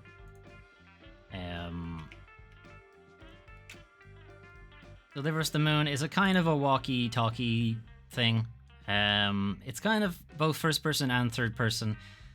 You are sent up to the moon to restart this big energy system, because wouldn't you know it, climate change happened and now we can't sustain Earth's energy needs. So somebody has to go up and restart the big generator on the moon, basically. So that's what we're doing, but shenanigans. There's nobody up there for some reason. They've all left. They're not dead. We haven't found any bodies or anything. They're just not here. So we kind of have to like figure out what the fuck's going on. Where is everybody? How do I restart the system and so on? And that's kind of the game. And I was playing it to get ready for Deliver Us Mars, which is the sequel, which seems to have actually been given a budget for a change. But then that got delayed into next year, so then we were doing it for no reason. The developer didn't have time to make the bodies, it's true. They only had time to make one body. Deliver Us the Moon is by Kaioken Interactive. This was their debut title. It's sitting on a 71 with Metacritic at the moment. So, I like walkie-talkie spooky shit in space. It's definitely a thing for me. I'm sure everyone else necessarily appreciates that kind of thing, though. Replaying it, though, you do see some of the seams in the story and that they don't really answer anything. I'm thinking it goes in here beside these guys. So hopefully they'll answer something in the sequel. Okay. After Deliver Us the Moon was the other game, not Elden Ring, the other game that the internet went nuts for. Which, of course, is the cat game, Stray. So, the cat game by Blue 12. Again, this was their debut title, where you play a cat and you do cat things, more or less. You know, knock stuff up high shelves, trip people over and make them eat shit. It's fucking hilarious when it happens too. There's not a whole lot to the plot. Yeah, that moon game about depressed astronauts. That's what that was it. That was the one. There's not a whole lot of plot to Stray, as you might imagine. You're a cat, you get lost in the city, you don't want to be in the city anymore. I want to get out of the city. That's it. That's pretty much the story of Stray. I think there's something with like a post-apocalyptic human settlement has somehow morphed into a robot settlement, and it's not entirely clear how, and it's been hundreds of thousands of years since humans left, kind of thing. But whatever, you're a cat. You don't give a shit. You don't give a shit about humans now. You're hardly gonna give a shit about them now that they're gone. I will say that just playing the game from the point of view of the cat. You know, you don't typically play a game where you are this small and then still have this amount of movability, I guess, traversal ability. You know, like the cat can like jump up on shelves and over on walls and stuff like that. You don't typically get that kind of viewpoint in most video games. So it's interesting to be able to do that kind of thing. But if it wasn't a cat, I don't think it would be as well received. I mean, well, potentially if it was a dog, I guess. But the fact that it's a cat is doing a lot of lifting for Stray. If it wasn't a cat, this wouldn't be nowhere near as well liked. Even if it did all the same things, if it wasn't a cat, it wouldn't be as much appreciated. And I am going to get shit for this. But it doesn't belong high in the list, guys. I don't think it belongs high up there. Because outside of you are a cat and you do cat things, there's not much to the game outside of that. It is not a full LP. Where is it? There it is.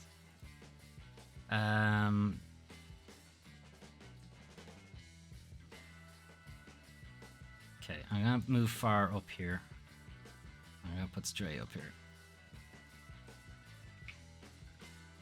Begin lighting your fire. Throw me on the pyre for that, but whatever. That's how I feel about it. Anyway. How many more? So many more. I was expecting more from the gameplay of Stray. Yeah, there's just not a whole lot to it. Once you get past the I'm a cat and I knock stuff off high places and I'm a little shit to everybody, there's not much to it afterwards. And the parkour stuff is you're locked in. You know, you can't just go wherever you want. There are only very specific places you can go. Automakai, this is number 40. There are 70 games. So we are going to have to really fucking speed up. So, Xenoblade Chronicles 2. Where's YouTube? Yep. Yep. Okay. Team Training, what did you think of Xenoblade Chronicles 2? Because you didn't like the art style of Xenoblade Chronicles 1. What did you like about the second one? I preferred 2. Even if it had the horrible gacha stuff, where you kind of get random party members that are shit, and you're constantly having to, you know, slot machine to get the good ones, and even then, you have to, like, build them up and shit over time, which gets really frustrating, but I like the story. It was a really long Let's Play. The combat is considerably more involved than the first one. I did like the characters, even though it goes very anime. Team Training doesn't care. But I liked it. I'm gonna have to very quickly burn through the rest of these, I think. Or at least burn through the ones that are just gonna be middle of the road, I think. Anyway. Xenoblade Chronicles 2, though, it's going to be higher than Xenoblade Chronicles 1. I'm going to put it here.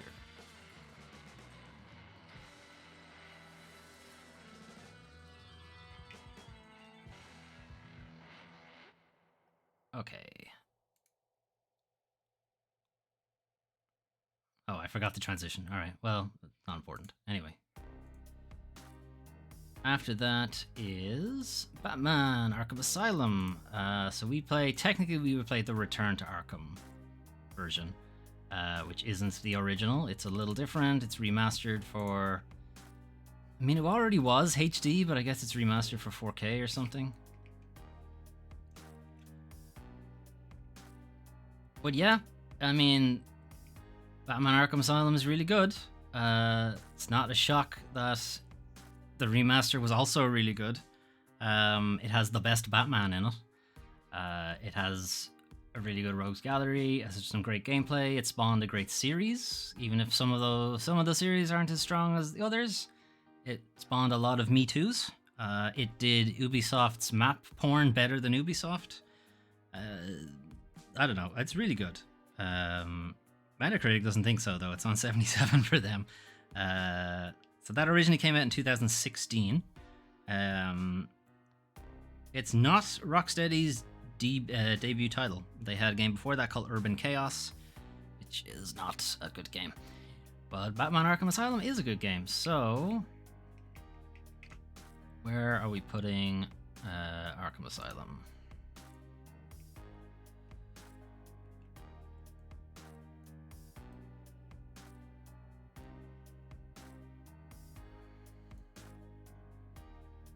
A is getting very full. Although I think Batman is going to leapfrog a few of them. I'm going to put it here.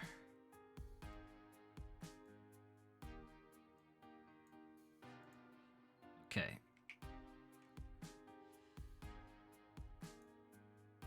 Okay, after Batman. Alright. So, Man of Medan, Dark Pictures. It's fine.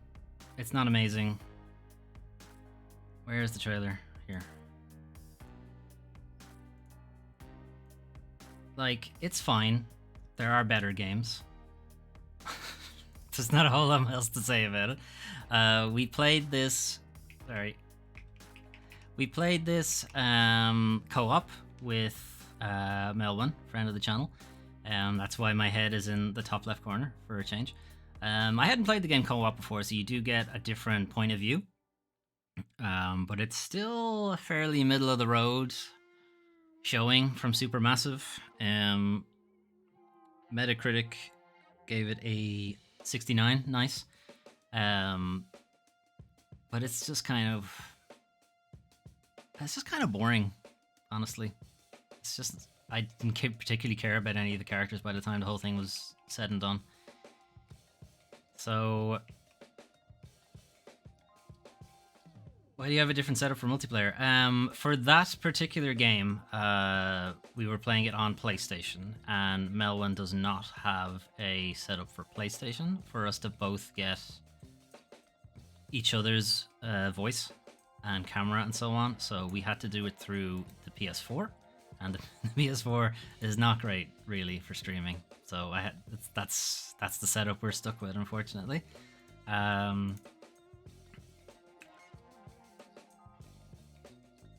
Put you here, I think. I think I need to make room, so I'm gonna move some of you down. You're being demoted. You're down here now. Okay. But yeah, Melwin doesn't have a setup for consoles, so we were kind of stuck on being able to hear each other's voice and also get each other's gameplay and stuff like that. So that's the way we had to do it.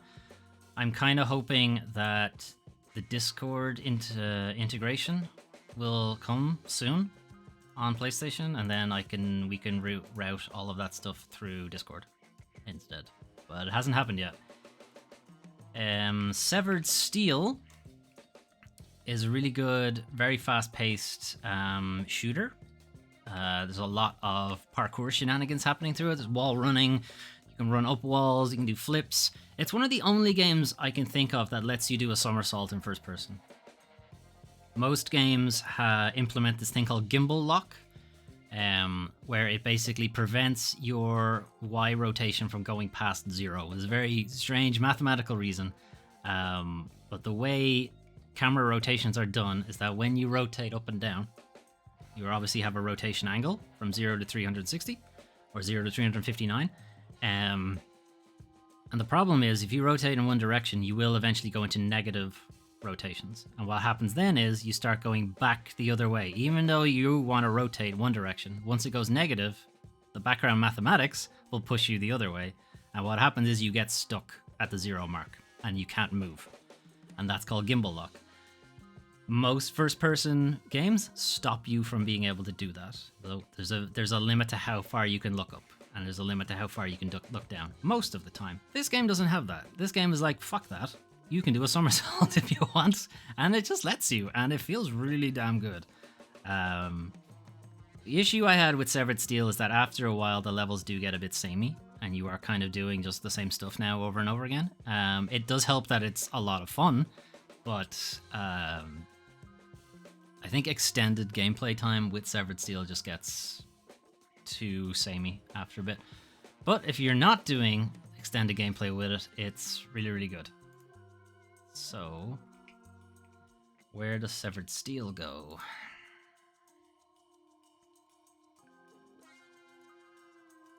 It was not a full LP, so it's in that menu.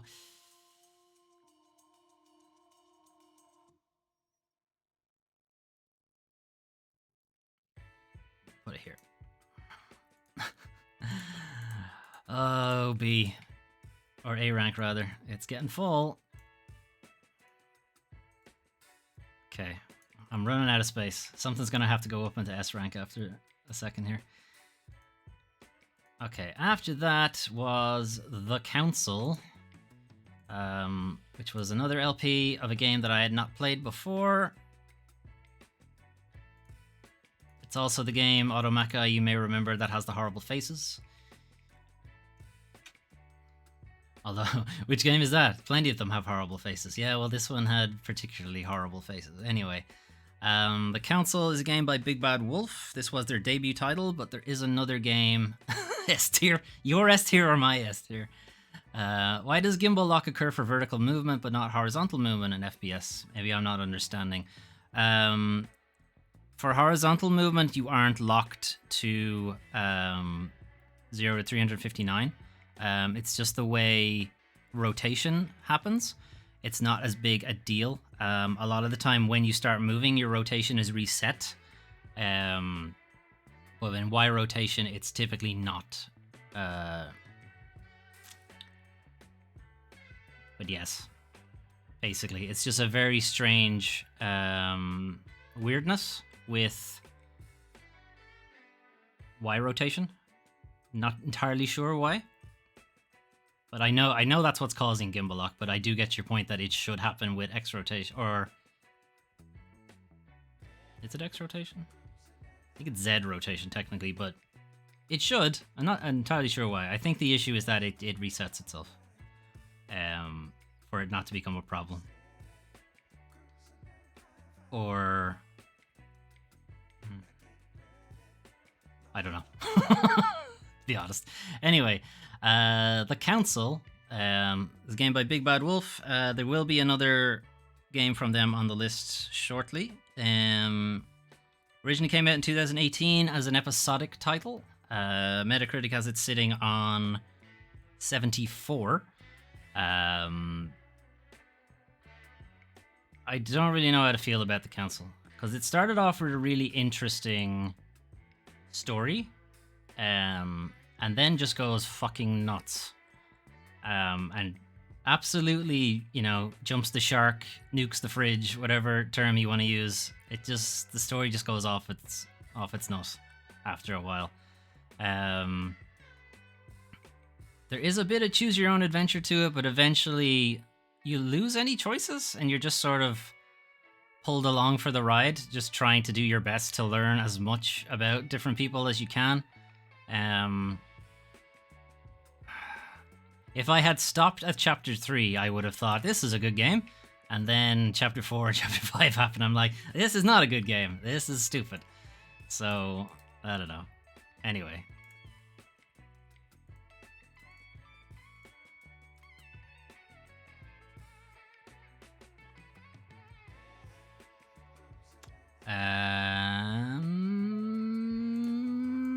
Here, I think. Gotta sleep, some of us have work tomorrow. Fair enough. Good luck fitting all those games on there. Yep, that's gonna happen. Definitely. Alright, thanks for dropping in, Automakai. Have a good snooze. Okay. After The Council was Cult of the Lamb. Somewhere. There it is.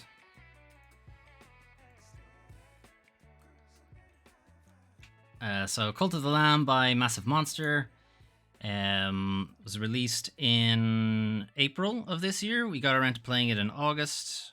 Metacritic has it on a 79. I liked Cult of the Lamb. I did like the kind of base management that it had going on, having your different...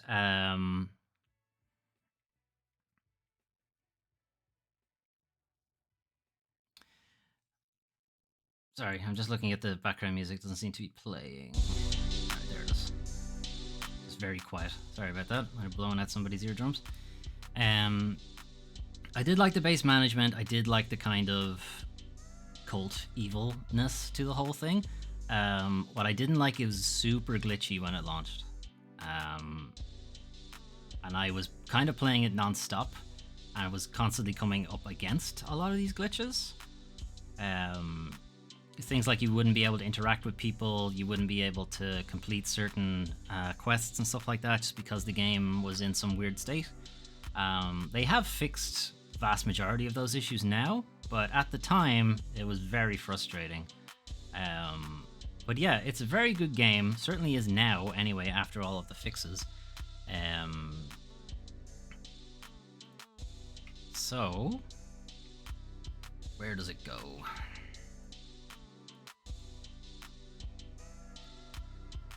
Okay, Cult of the Lamb.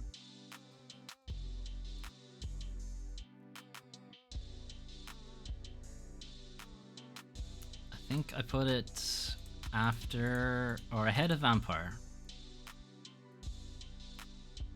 Ahead of Vampire. I'm gonna move Xenoblade Chronicles up to S. I'm gonna move the rest of these forward to make some room. Why'd I play so many A games? I should have played some more S's and D's to make some fucking space. Anyway. Okay, after Cult of the Lamb. Thymesia. You know what? I'm not even gonna click into this. Thymesia is a bad Bloodborne game. It so desperately wanted to be Bloodborne and it's just not good. I'm not even gonna bother talking about it. Let's just put it in its slot and move on because we need to get going. I need to get going on some stuff.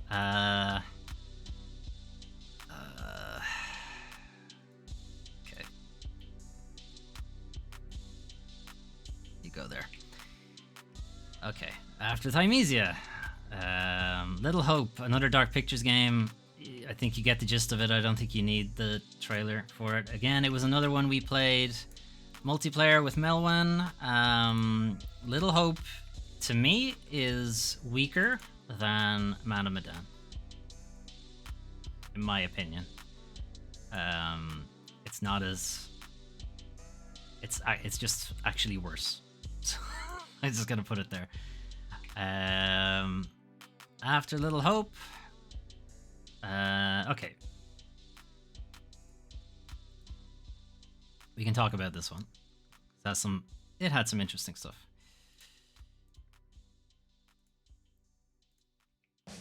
So, Midnight Fight Express was largely developed... Oh, sorry, I have to skip these two as well.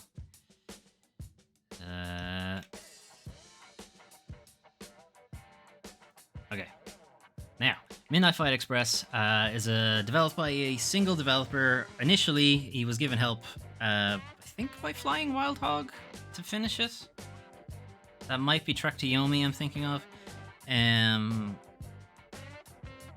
Was released at the end of August. We played it roughly as soon as it came out by Jacob Zwinel. This was his first game. 75 on Metacritic. So Midnight Fight Express is, think of like the old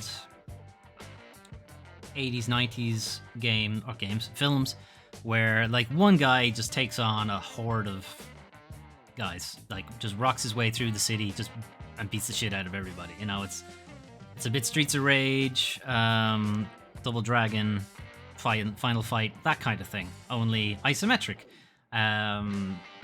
Yeah, I really enjoyed it, but I did feel it was like a lot of I had the same criticism I had with Dying Light, was that it takes too long to get to the good stuff. You know, it takes too long to get to the fun mechanics. I kind of feel like it should have had them earlier. But unlike Dying Light, the early game is still fun. Dying Light was not fun. Anyway. So where to put Midnight Fight Express? It was not a full LP.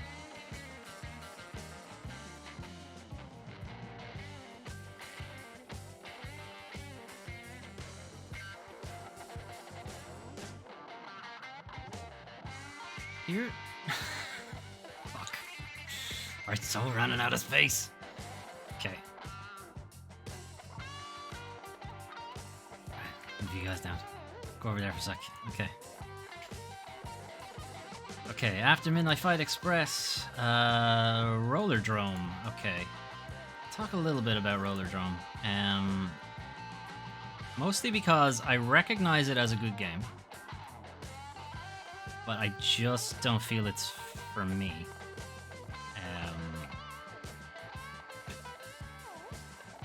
So it is effectively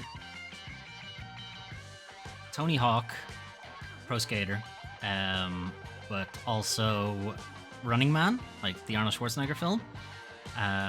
So it's like in a death arena, everybody's trying to kill you, but you're also trying to stunt on them at the same time. Like, it's got a lot going for it. And it is fun. It's just also kind of frustrating in that it shouldn't be so difficult, to be honest. Anyway, this is by Roll7. These are the people behind the Ollie Ollie games, so they kind of know what they're doing with like skateboarding and tricks and stuff like that. The combat was new for them. This came out 16th of August of this year, sitting on a 79 with Metacritic. Yeah, that seems fair, honestly. Anyway, Roller Drome. I think I would put it before Weird West.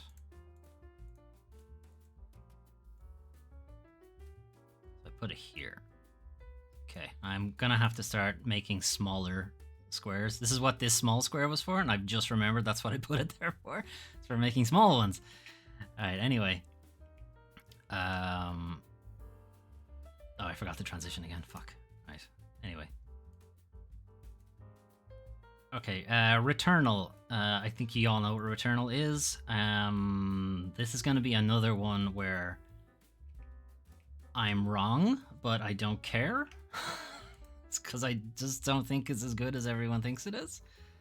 We're currently playing through that with Melwen. But it's been a while since we've got to it. And I also don't have the art for it. Where is it? Oh, here it is. She hasn't played it before. I have platinumed Returnal. But I honestly don't like it that much. And it could be because I platinumed it and just got really frustrated with the game after a while. I'm gonna put it here between Ghostwire and 2064.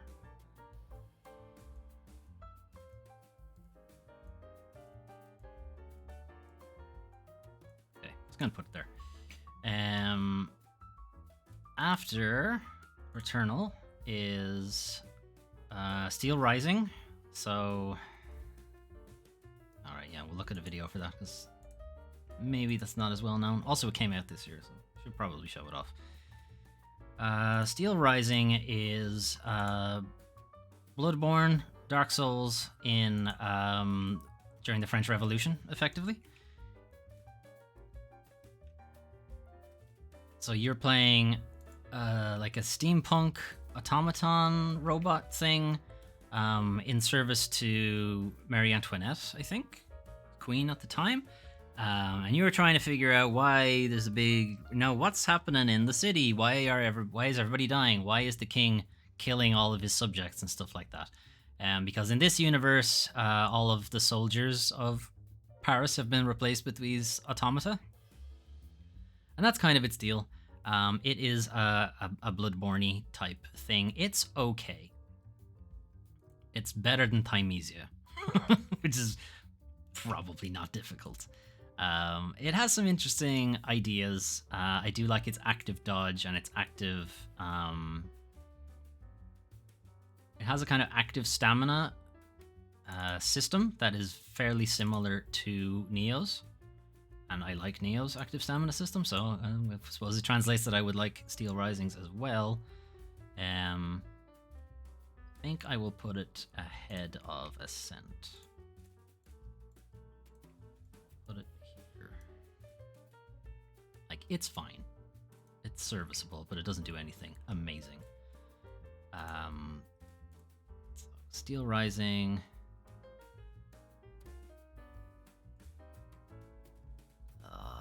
Hang on.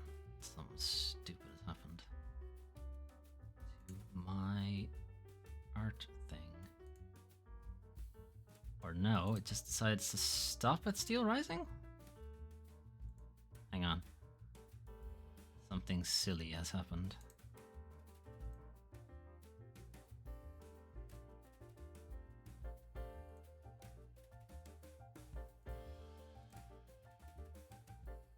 Why are you stopping at Steel Rising?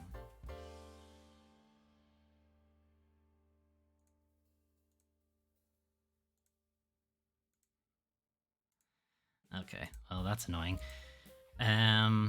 Anyway.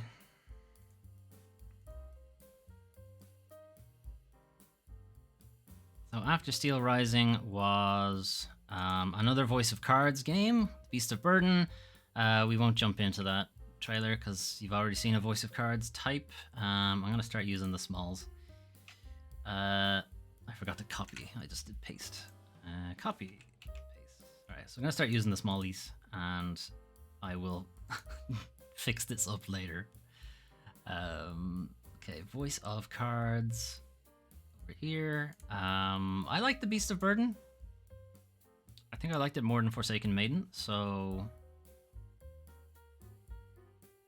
here. Okay, after Beast of Burden, Diofield Chronicle. I'm just gonna hide this image because it's not doing what I want it to do, and it's just gonna annoy me if I keep looking at it. So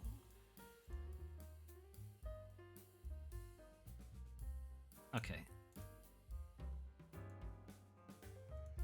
So the Dio Field Chronicle is a strategy RPG. It's by the same people who made Monarch, which we did not like. But the Dio Field Chronicle was a lot better, mostly because I think somebody else handled the story, and they just handled the combat. And I did like the combat in Monarch, and it also doesn't have that berserk mechanic, which just got frustrating after a while. So this is a lot more traditional strategy RPG.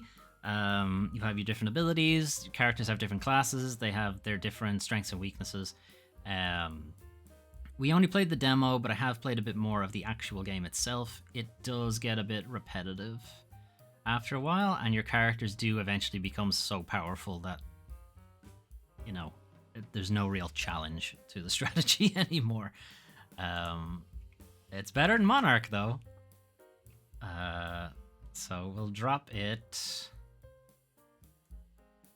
Okay. Is it Dio Field or the Dio Field?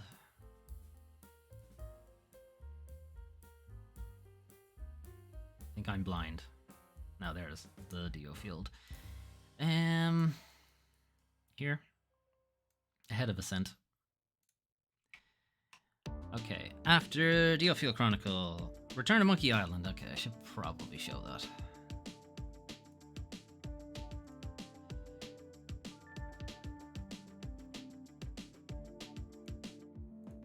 Okay, so we did a full Let's Play of Return to Monkey Island.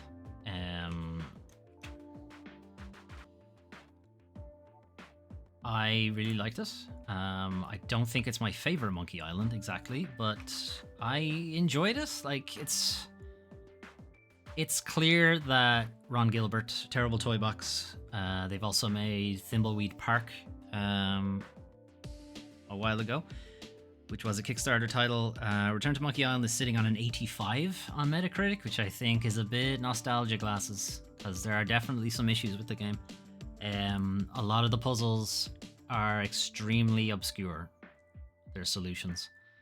It is not obvious. Now, there is an in-game hint system, but I don't know. I'm not sure about a lot of players, but I certainly don't like using hint systems. I want to figure it out for myself. And I feel like I was able to figure it out for a lot of them. But there were some puzzles where it's like, I would never have thought of that. I don't think anyone would ever have thought of this kind of thing. And it just feels like it slows the game down. And pacing is kind of important in video games in general. And I think it does lose a lot of steam. Additionally to that, Guybrush behaves not like Guybrush. You know, he makes a lot of decisions that I don't think Guybrush would have. And it's clear that, you know, Ron Gilbert has evolved over time. His outlooks on things have changed.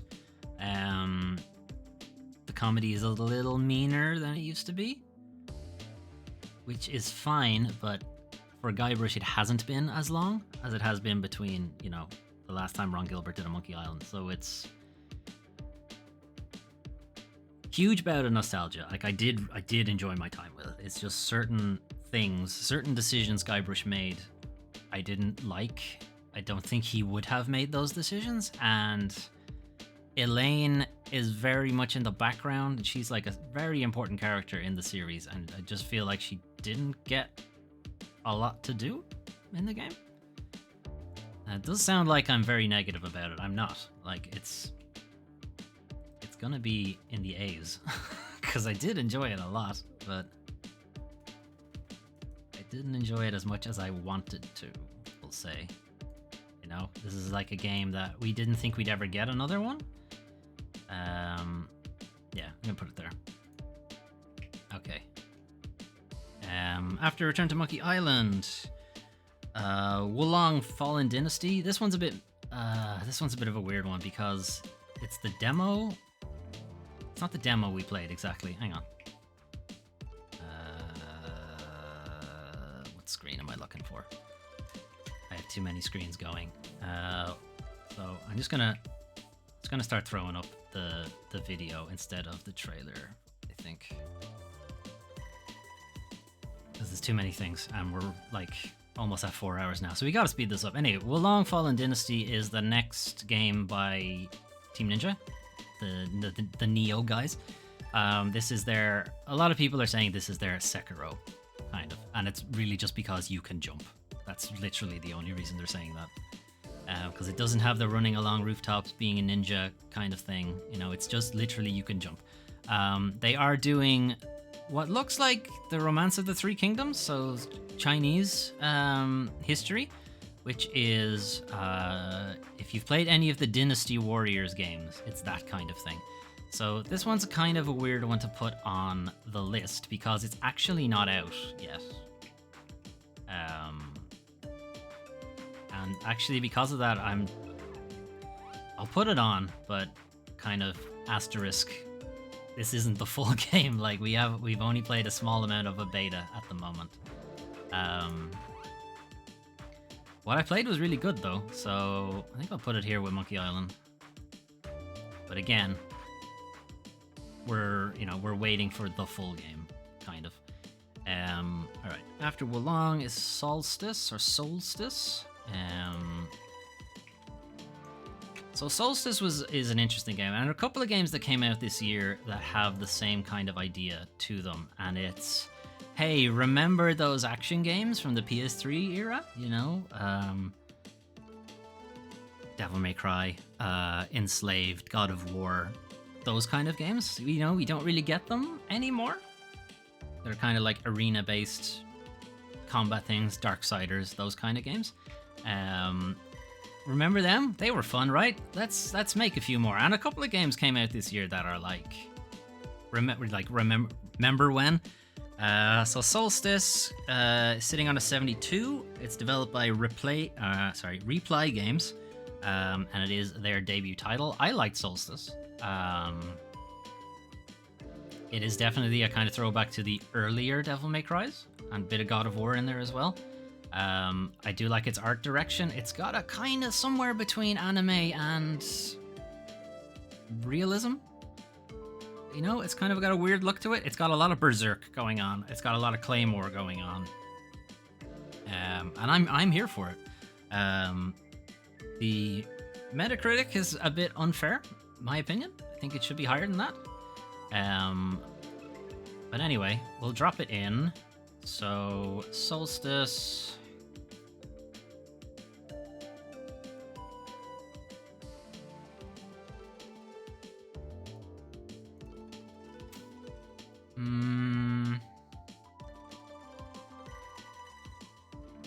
I think here. Mostly because I didn't play it much after the demo, so I can't say too much of how well it handled the game afterwards. After Solstice is Harvestella, which again a demo thing. I'm just gonna quickly, honestly, just go into the tier list and drop this in because I didn't like it. It's trying to do the farming thing, it's trying to do action RPG stuff, and I just don't think it does either of them well. It kind of half-asses both of them, in my opinion. So I'm gonna put it here. Okay. After Harvestella, we're nearly there, folks. Alright, Valkyrie Elysium is another one I'm not gonna drop into the other scene for. We're just gonna quickly skip ahead here. Valkyrie Elysium is an action RPG type thing. Early combat is fun, later combat is not. It does become a bit of a slog after a while. I'm gonna put it here. Alright, after Valkyrie Elysium, Grim Fandango Remastered. Okay, I will drop in for that.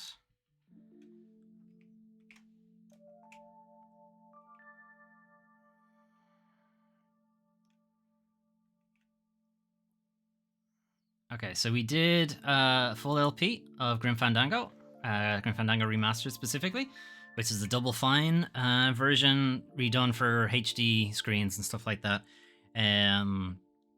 The original came out, the original Grim Fandango Remastered came out in 2015. It's sitting on a 94 on Metacritic, which is, again, I think there's a bit of nostalgia at play there.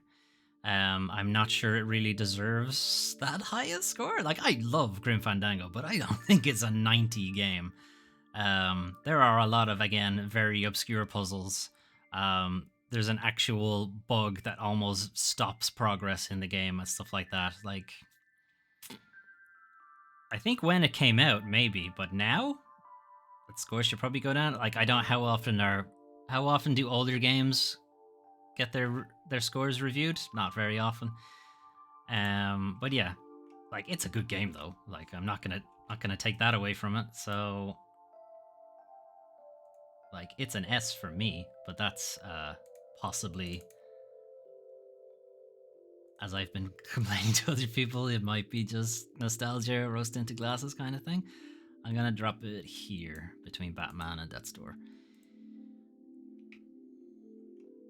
Okay, after Grim Fandango, the Centennial Case is an FMV murder mystery whodunit thing. So think of like Miss Marble, murder mysteries, Murdoch mysteries kind of thing. The kind of shit you see on Alibi, but in Japan. It's done with an all Japanese cast. It's weird. I liked it, but it's a weird one. It's a pretty weird looking game.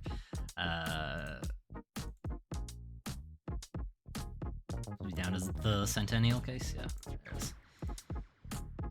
Definitely not for everybody, and the acting isn't exactly amazing in it. Yeah, I'll put it here. It's a bit of a weird one. After Centennial Case, the original Resident Evil. Okay, yeah, let's drop in for that. So, OG Resident Evil.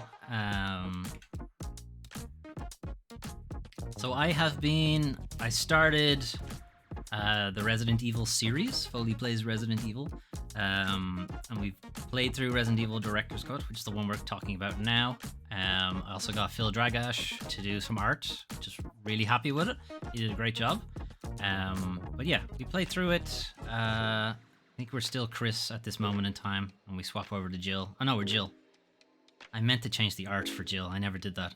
I did it for Resident Evil 2 though. Anyway, Resident Evil, like, it started the whole survival horror thing. The Resident Evil series itself has been going for who knows how long at this point. Like, it's good shit. I mean, Metacritic has it sitting on a 91. It's developed originally by Capcom Planning Division 2, which no longer exists anymore, but they were responsible for the PlayStation 1 Resident Evils, Resi 1, 2, Nemesis. They were also responsible for the first Dino Crisis. They were eventually absorbed into another team and were moved on to work on Code Veronica, I think. Code Veronica and the other Dino Crises. But yeah, there should be no surprise on where this ends up, because Resident Evil is one of my favorite series and games. So yeah, this is going to be pretty high up there. It's just where exactly is it going to go?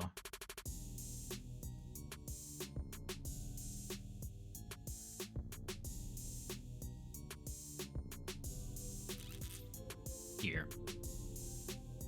So after Paradise Killer, but before Metroid Dread. So, original Resident Evil, Moonscars, I'm not going to talk too much about because I just didn't like it, but Moonscars is this kind of side-scrolling, black and white, Soulsy type game. Again, I feel suckered in by its art style because it had this really fantastic, monochromatic, grim look to it, but its gameplay is just not that interesting, unfortunately. I'm going to put it here, ahead of Ghostwire. There is one mechanic I did like about it. Its resurrection mechanic is interesting in the same way that Souls has, you know, you go back to the bonfire, you go back to the lantern or whatever it is. In Moonscars, it has a similar thing, but all of your collected things, your collected abilities and stuff, they're still there on your old body, but your old body is now an enemy and you have to fight it. and you have to fight it with its old abilities. And you're like a really weak version because you don't have any of the abilities anymore. So it presents a really hard fight. But because of that, it also means it's not very accessible because it means you're going to be dying a lot. Like back-to-back deaths, which is not fun. It's a cool idea, it's a cool mechanic, but it's a bit mean as well.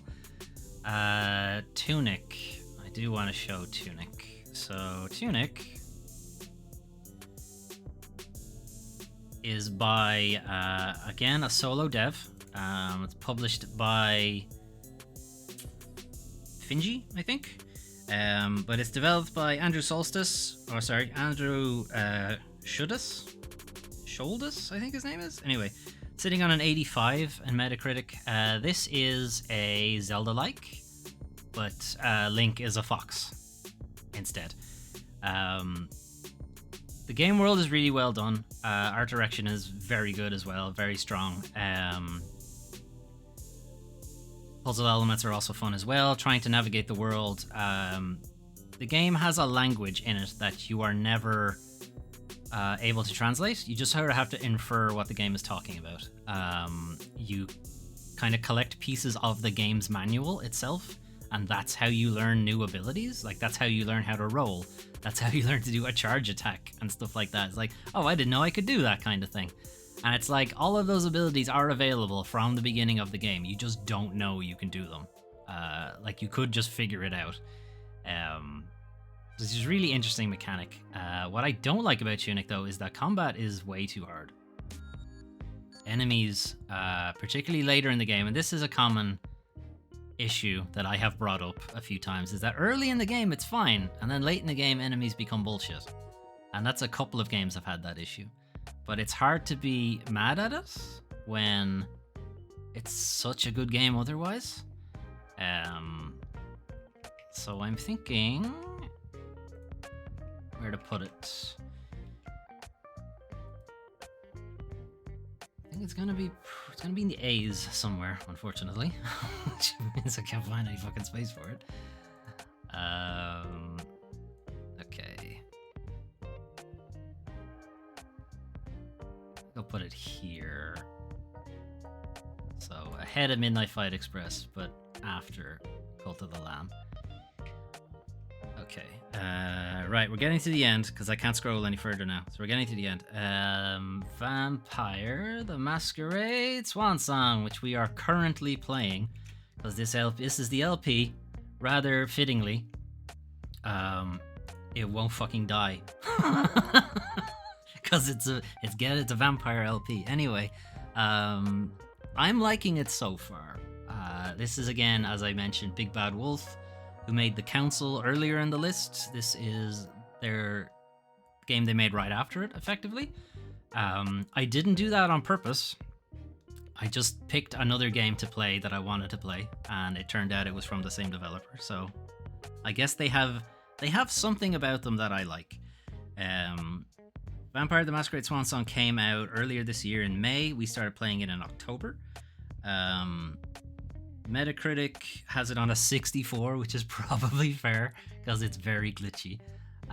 It's very glitchy, and it is very easy to miss important things in the story, which is why I have dropped back to using a guide for the game, because I'm sick of redoing chapters because I missed something important. So that's, not a good look for the game. But I am enjoying it otherwise. But having said that, we have not actually finished it either. So don't think I can. I don't think I can put it high because of that. So I'm gonna put it here between Deliver Us the Moon and Kena. Kena? I don't know how you pronounce it. Okay, next is A Plague Tale Requiem, which I really liked. We did a full LP of Plague Tale Requiem this year. It came out on 18th of October, and we played it just a couple of days after. 85 on Metacritic. I was keeping the calendar clear You might have heard, like, I haven't referred to Let's Plays in a while, whereas we have Vampire and now Plague Tale, and that was because I was keeping the calendar clear specifically so I could Let's Play this, because I really like the Plague Tale Innocence, and a Plague Tale Requiem is just a massive improvement over that. I already liked Innocence. Huge jump in fidelity, and obviously, like, it's changed platforms. But the playable space has gotten a lot bigger. The opportunities in the environment, so combat-wise, stealth-wise, have all improved. They've all gotten, there's a lot more to it. The story is really strong. It's really emotional. And I just think they did an excellent job with it. It's linear, but like that's a bad word for a lot of people, but it's not a bad word for me. I, in general, kind of prefer linearity. It's like, I don't know if that makes it weird, but I prefer games to script and know what they want and know what they want to do. So I'm going to put Plague Tale here. So after Metroid, but ahead of Triangle Strategy. Okay, after Plague Tale, we played Little Nightmares for Halloween. I wasn't expecting to finish it like in one go. I finished it in like 2 hours. But I had played the game before, I suppose, so I did know the solution to most of the puzzles. Little Nightmares originally came out in 2017. Just realized we still have Plague Tale on. Little Nightmares came out in 2007. There it is, 2.5 hours I finished it in. And we played it a little bit before Halloween. I really like Little Nightmares, but it does have issues. It's short, for one. If you know what you're doing, it's quite short. But its art direction is strong. You know, you're this tiny person in big person land. Again, this doesn't happen very often. As I said with Stray, you don't typically get this viewpoint in video games very often. It also has a lot of like Tim Burton going for it. I think this kills me. Oh, no, still alive. Anyway, where to put Little Nightmares?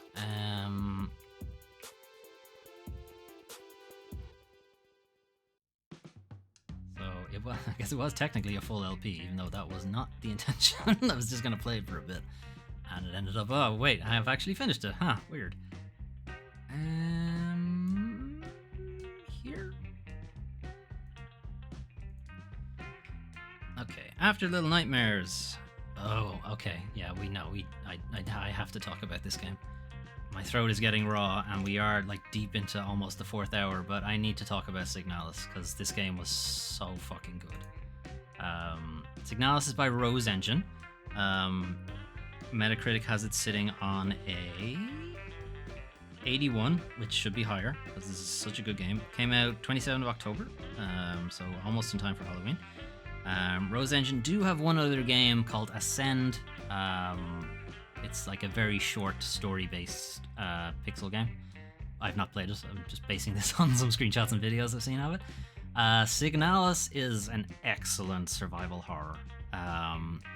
It starts off being somewhat reminiscent of Resident Evil, with your like mystery mansion, locked doors, having to find specific puzzle items to like open other doors and things like that. But it very quickly segues into Silent Hill and becomes like psychological horror, kind of what the fuck is happening?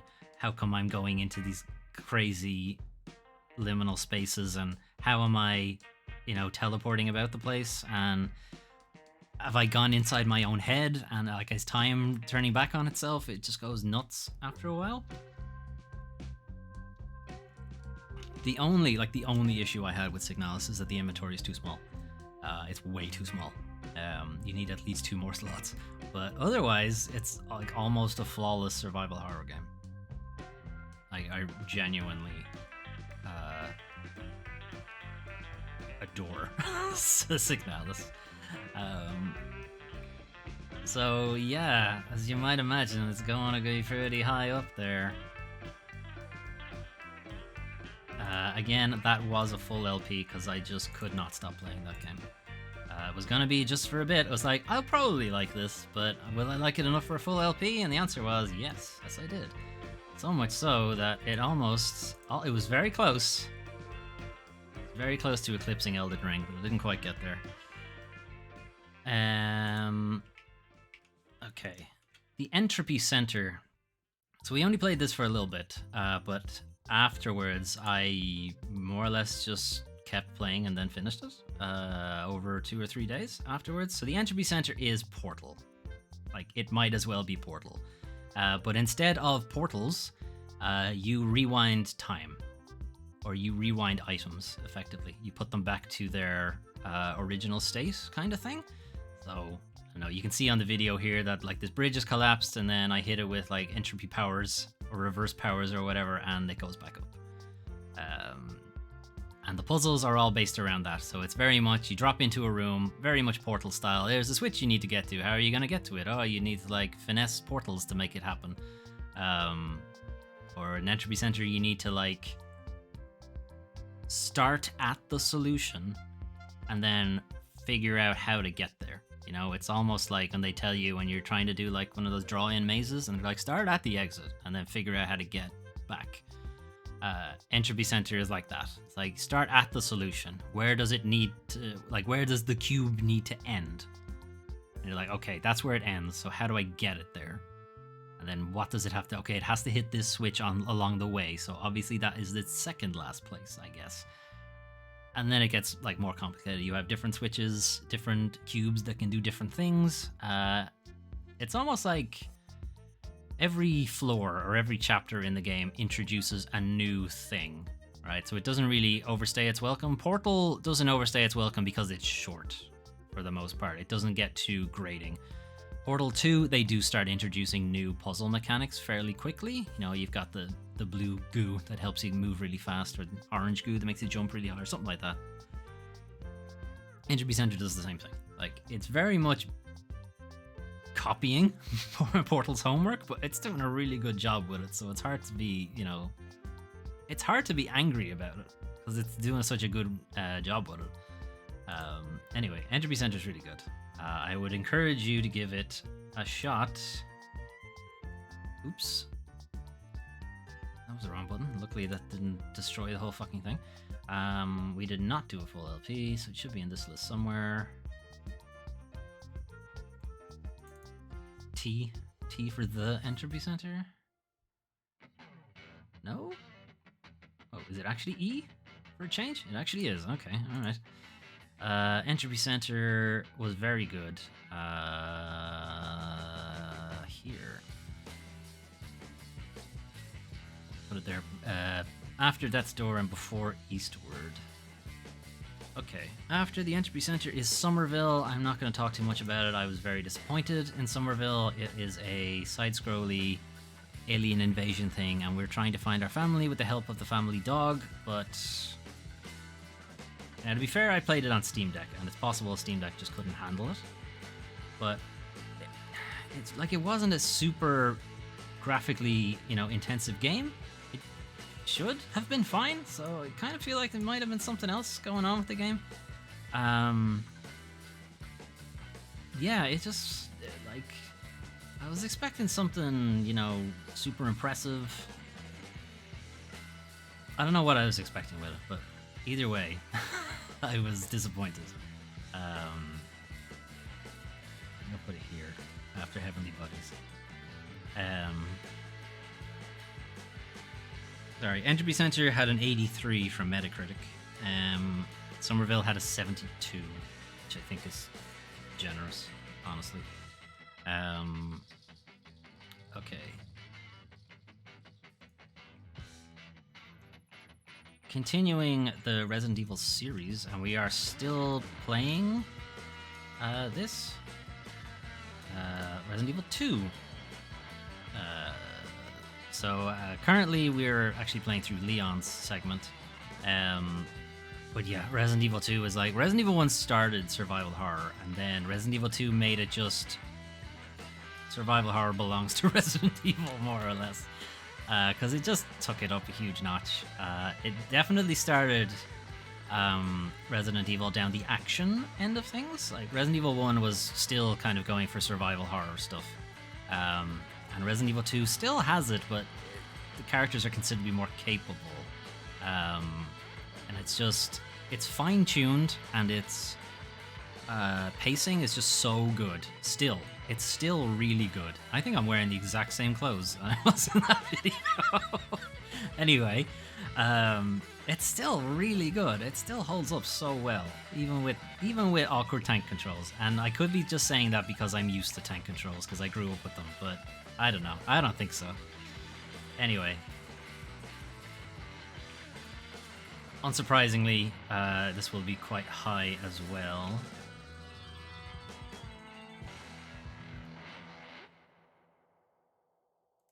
So it's a full LP, which means it should be oh, it's actually in progress, so it'll be in the in progress folder. Resi 2.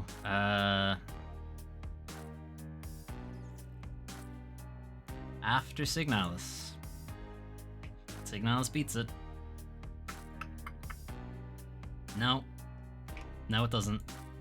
Sorry, I've changed my mind. Signalis is really good, but Resi 2 is... Like, it's the same rule I have. Do you want to play Resident Evil 2 or do you want to play Signalis? And I want to play Resident Evil 2, so... Those are that's the rule I've been going with when I can't come up with an actual reason for it. Okay. Going from, like, one of the best games of all time to possibly one of the shittest games of all time. Gungrave Gore.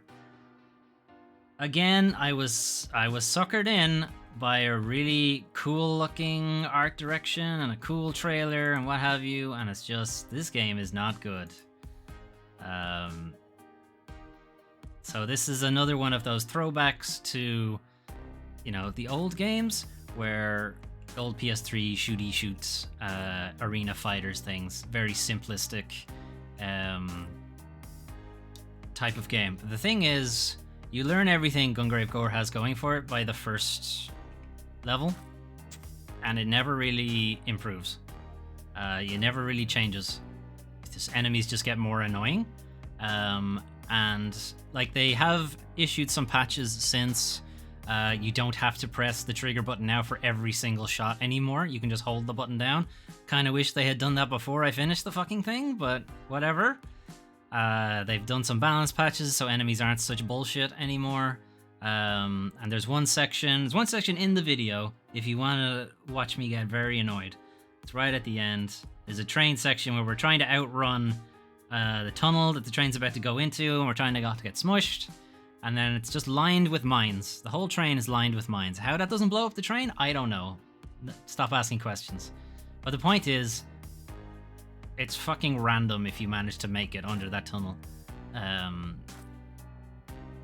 still not sure how I did it, to be honest. I didn't do it on stream, though. I had to do it afterwards. But anyway, that's Gungrave Gore. So, yeah, this is going...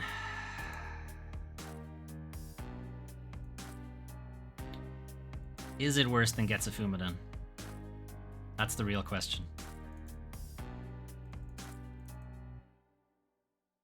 Like, it's not good. It's a bad game. But is it that bad? No. Like, I at least remember Gungrave Gore. I don't even remember Getsu Fumaden, so I guess not. Okay. Alright, we're coming up to the end here. So, Devil in Me is the last one. It's another Dark Pictures thing. We didn't play it with Melwyn. She was on holidays. And I asked, you know, should I wait? Do you want to come back to it? And she's like, no, go on. You can play it. So I did. Devil in Me was... You know what? I'll put the trailer on for it. Or the video on for it. It started off strong. You know, it started off good establishing stuff. They had added a bunch of new mechanics. You have an actual inventory. There's like almost a bit of survival horror happening now with inventory management and, you know, actual puzzles and stuff like that. They had a good premise where you're effectively in a replica of H.H. Holmes' Murder Hotel. And then they just drop that premise entirely, and it just turns into a kind of boring slasher film. game. So yeah, that was pretty disappointing, to be honest. Like, I was... So, Man of Medan and Little Hope weren't great. But House of Ashes I really liked. I was kind of hoping Devil in Me, they'd kind of like learn some lessons there and be like, let's be a bit more like House of Ashes and a bit less like Man of Medan. I mean, they did. It's not as bad as Man of Medan, but it's not great either. That's too high. Yeah, it's not better than The Quarry. Put it here. And put it here. I don't really know where to put it. Just not high. Not great. Okay. Right, we're nearly done. This is the very last one. So, the last game we played on the channel for 2022 is Blacktail by The Parasite. This is a first-person archery game, kind of. You play Yaga, who is a witch apprentice, kinda? I don't think she knows she's a witch apprentice, but she's a witch apprentice. And she is searching for her sister, who may or may not exist. I just killed that bird for the laugh, because it was funny. Yeah, there is a morality system in the game where you can be a good witch or a bad witch. For the stream, I'm being a bad witch, as it might seem. Or, I don't know. Is being a good witch... If I was being a good witch, I would be being evil, right? I don't know. Anyway. We haven't played much of it, and I've only gotten a little bit further in the game since, but it's really good. It's kind of got a very small... sorry. It's got a decently sized, actually, map where you can interact with a bunch of different kind of fairy tale creatures from kind of, what do they call it? Slavic folklore.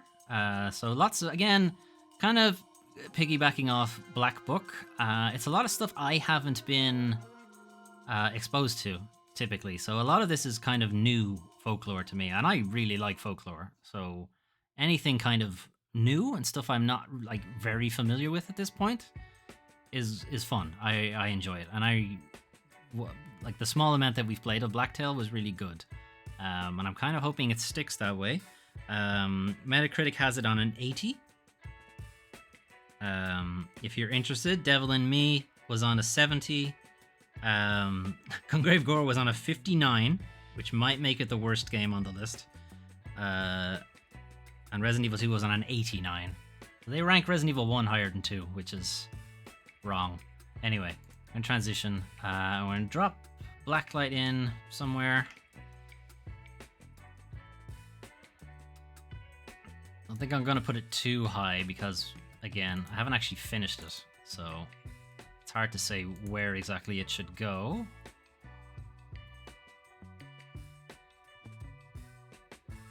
I'm gonna put it here for now. Yeah. Sure. Let's leave it there, I guess. Okay. Anyway. Alright, that was the rank for... Actually, I should probably just finish on this. That is a horrible mess, but that is our tier list for Foley Plays 2022. So top of the charts, Elden Ring, followed by Resident Evil 2, Signalis, Paradise Killer, Resident Evil 1, Metroid Dread, Plague Tale Requiem, Triangle Strategy, Neon White, Sifu, Xenoblade Chronicles 2, Batman Arkham Asylum, Grim Fandango Remastered, Death's Door, The Entropy Center, Eastward, and Xenoblade Chronicles.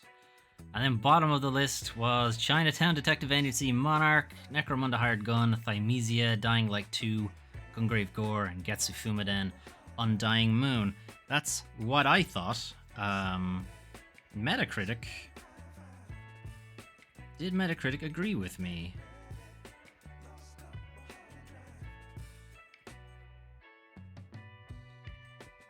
Hang on. Trying to find where I wrote these down. Okay, so according to Metacritic, the average score of every game on that list is 77. So, okay. Not great. Not incredible and not like terrible either. Like middle of the pack. That's 73 games overall. According to Metacritic, the top 10 games on the list are, starting at number 10, Death's Door. That's in RS rank. Returnal. Returnal is not in RS rank. Neon White. That is. Metroid Dread. That is. Resident Evil 2. Yep. Xenoblade Chronicles. Paradise Killer. Original Resident Evil, Grim Fandango Remastered, and Elden Ring. So the only ones missing are like... I don't know, there's a few extra ones in there, I suppose. But we got most of that right. Except for Returnal, because clearly I am an outlier in that sense. And then the worst games on the list, the top 10, or bottom 10, whatever way you want to look at it, or 11, I guess, in this list. They added Wolong Fallen Dynasty, but that's because it doesn't have a score. So it's on 0, effectively. But other than that, so starting at the 10th worst game, Thymesia. Then Man of Medan, Chinatown Detective Agency, Monarch, Valkyrie Elysium, The Diofield Chronicle, Getsufuma and Undying Moon, Vampire the Masquerade Swan Song, which I think is probably way too high on our list compared to theirs. Gungrave Gore, there it is. And then Gungrave Gore is not the worst game on the list. Necromunda Hired Gun is the worst game, apparently, that appeared on our channel, my channel, whatever way you want to look at it, in 2022. Fun. I think we're most of the way there. I guess the two big outliers are Returnal is way too low, apparently, and Vampire the Masquerade Swan Song is way too high. But otherwise, they're all roughly where they're supposed to be, I think. Some other stats, if you're interested. Out of the 73 games that we played on the channel, I personally finished 39 of them, which is about 53%. So I'm kind of hoping next year to improve that percentage. I'm also hoping to play more games. Or maybe not. Maybe more LPs, I think is what I want to do. And in total, we did 27 full Let's Plays on the channel, which is a lot more than I would have thought. That's a lot of Let's Plays.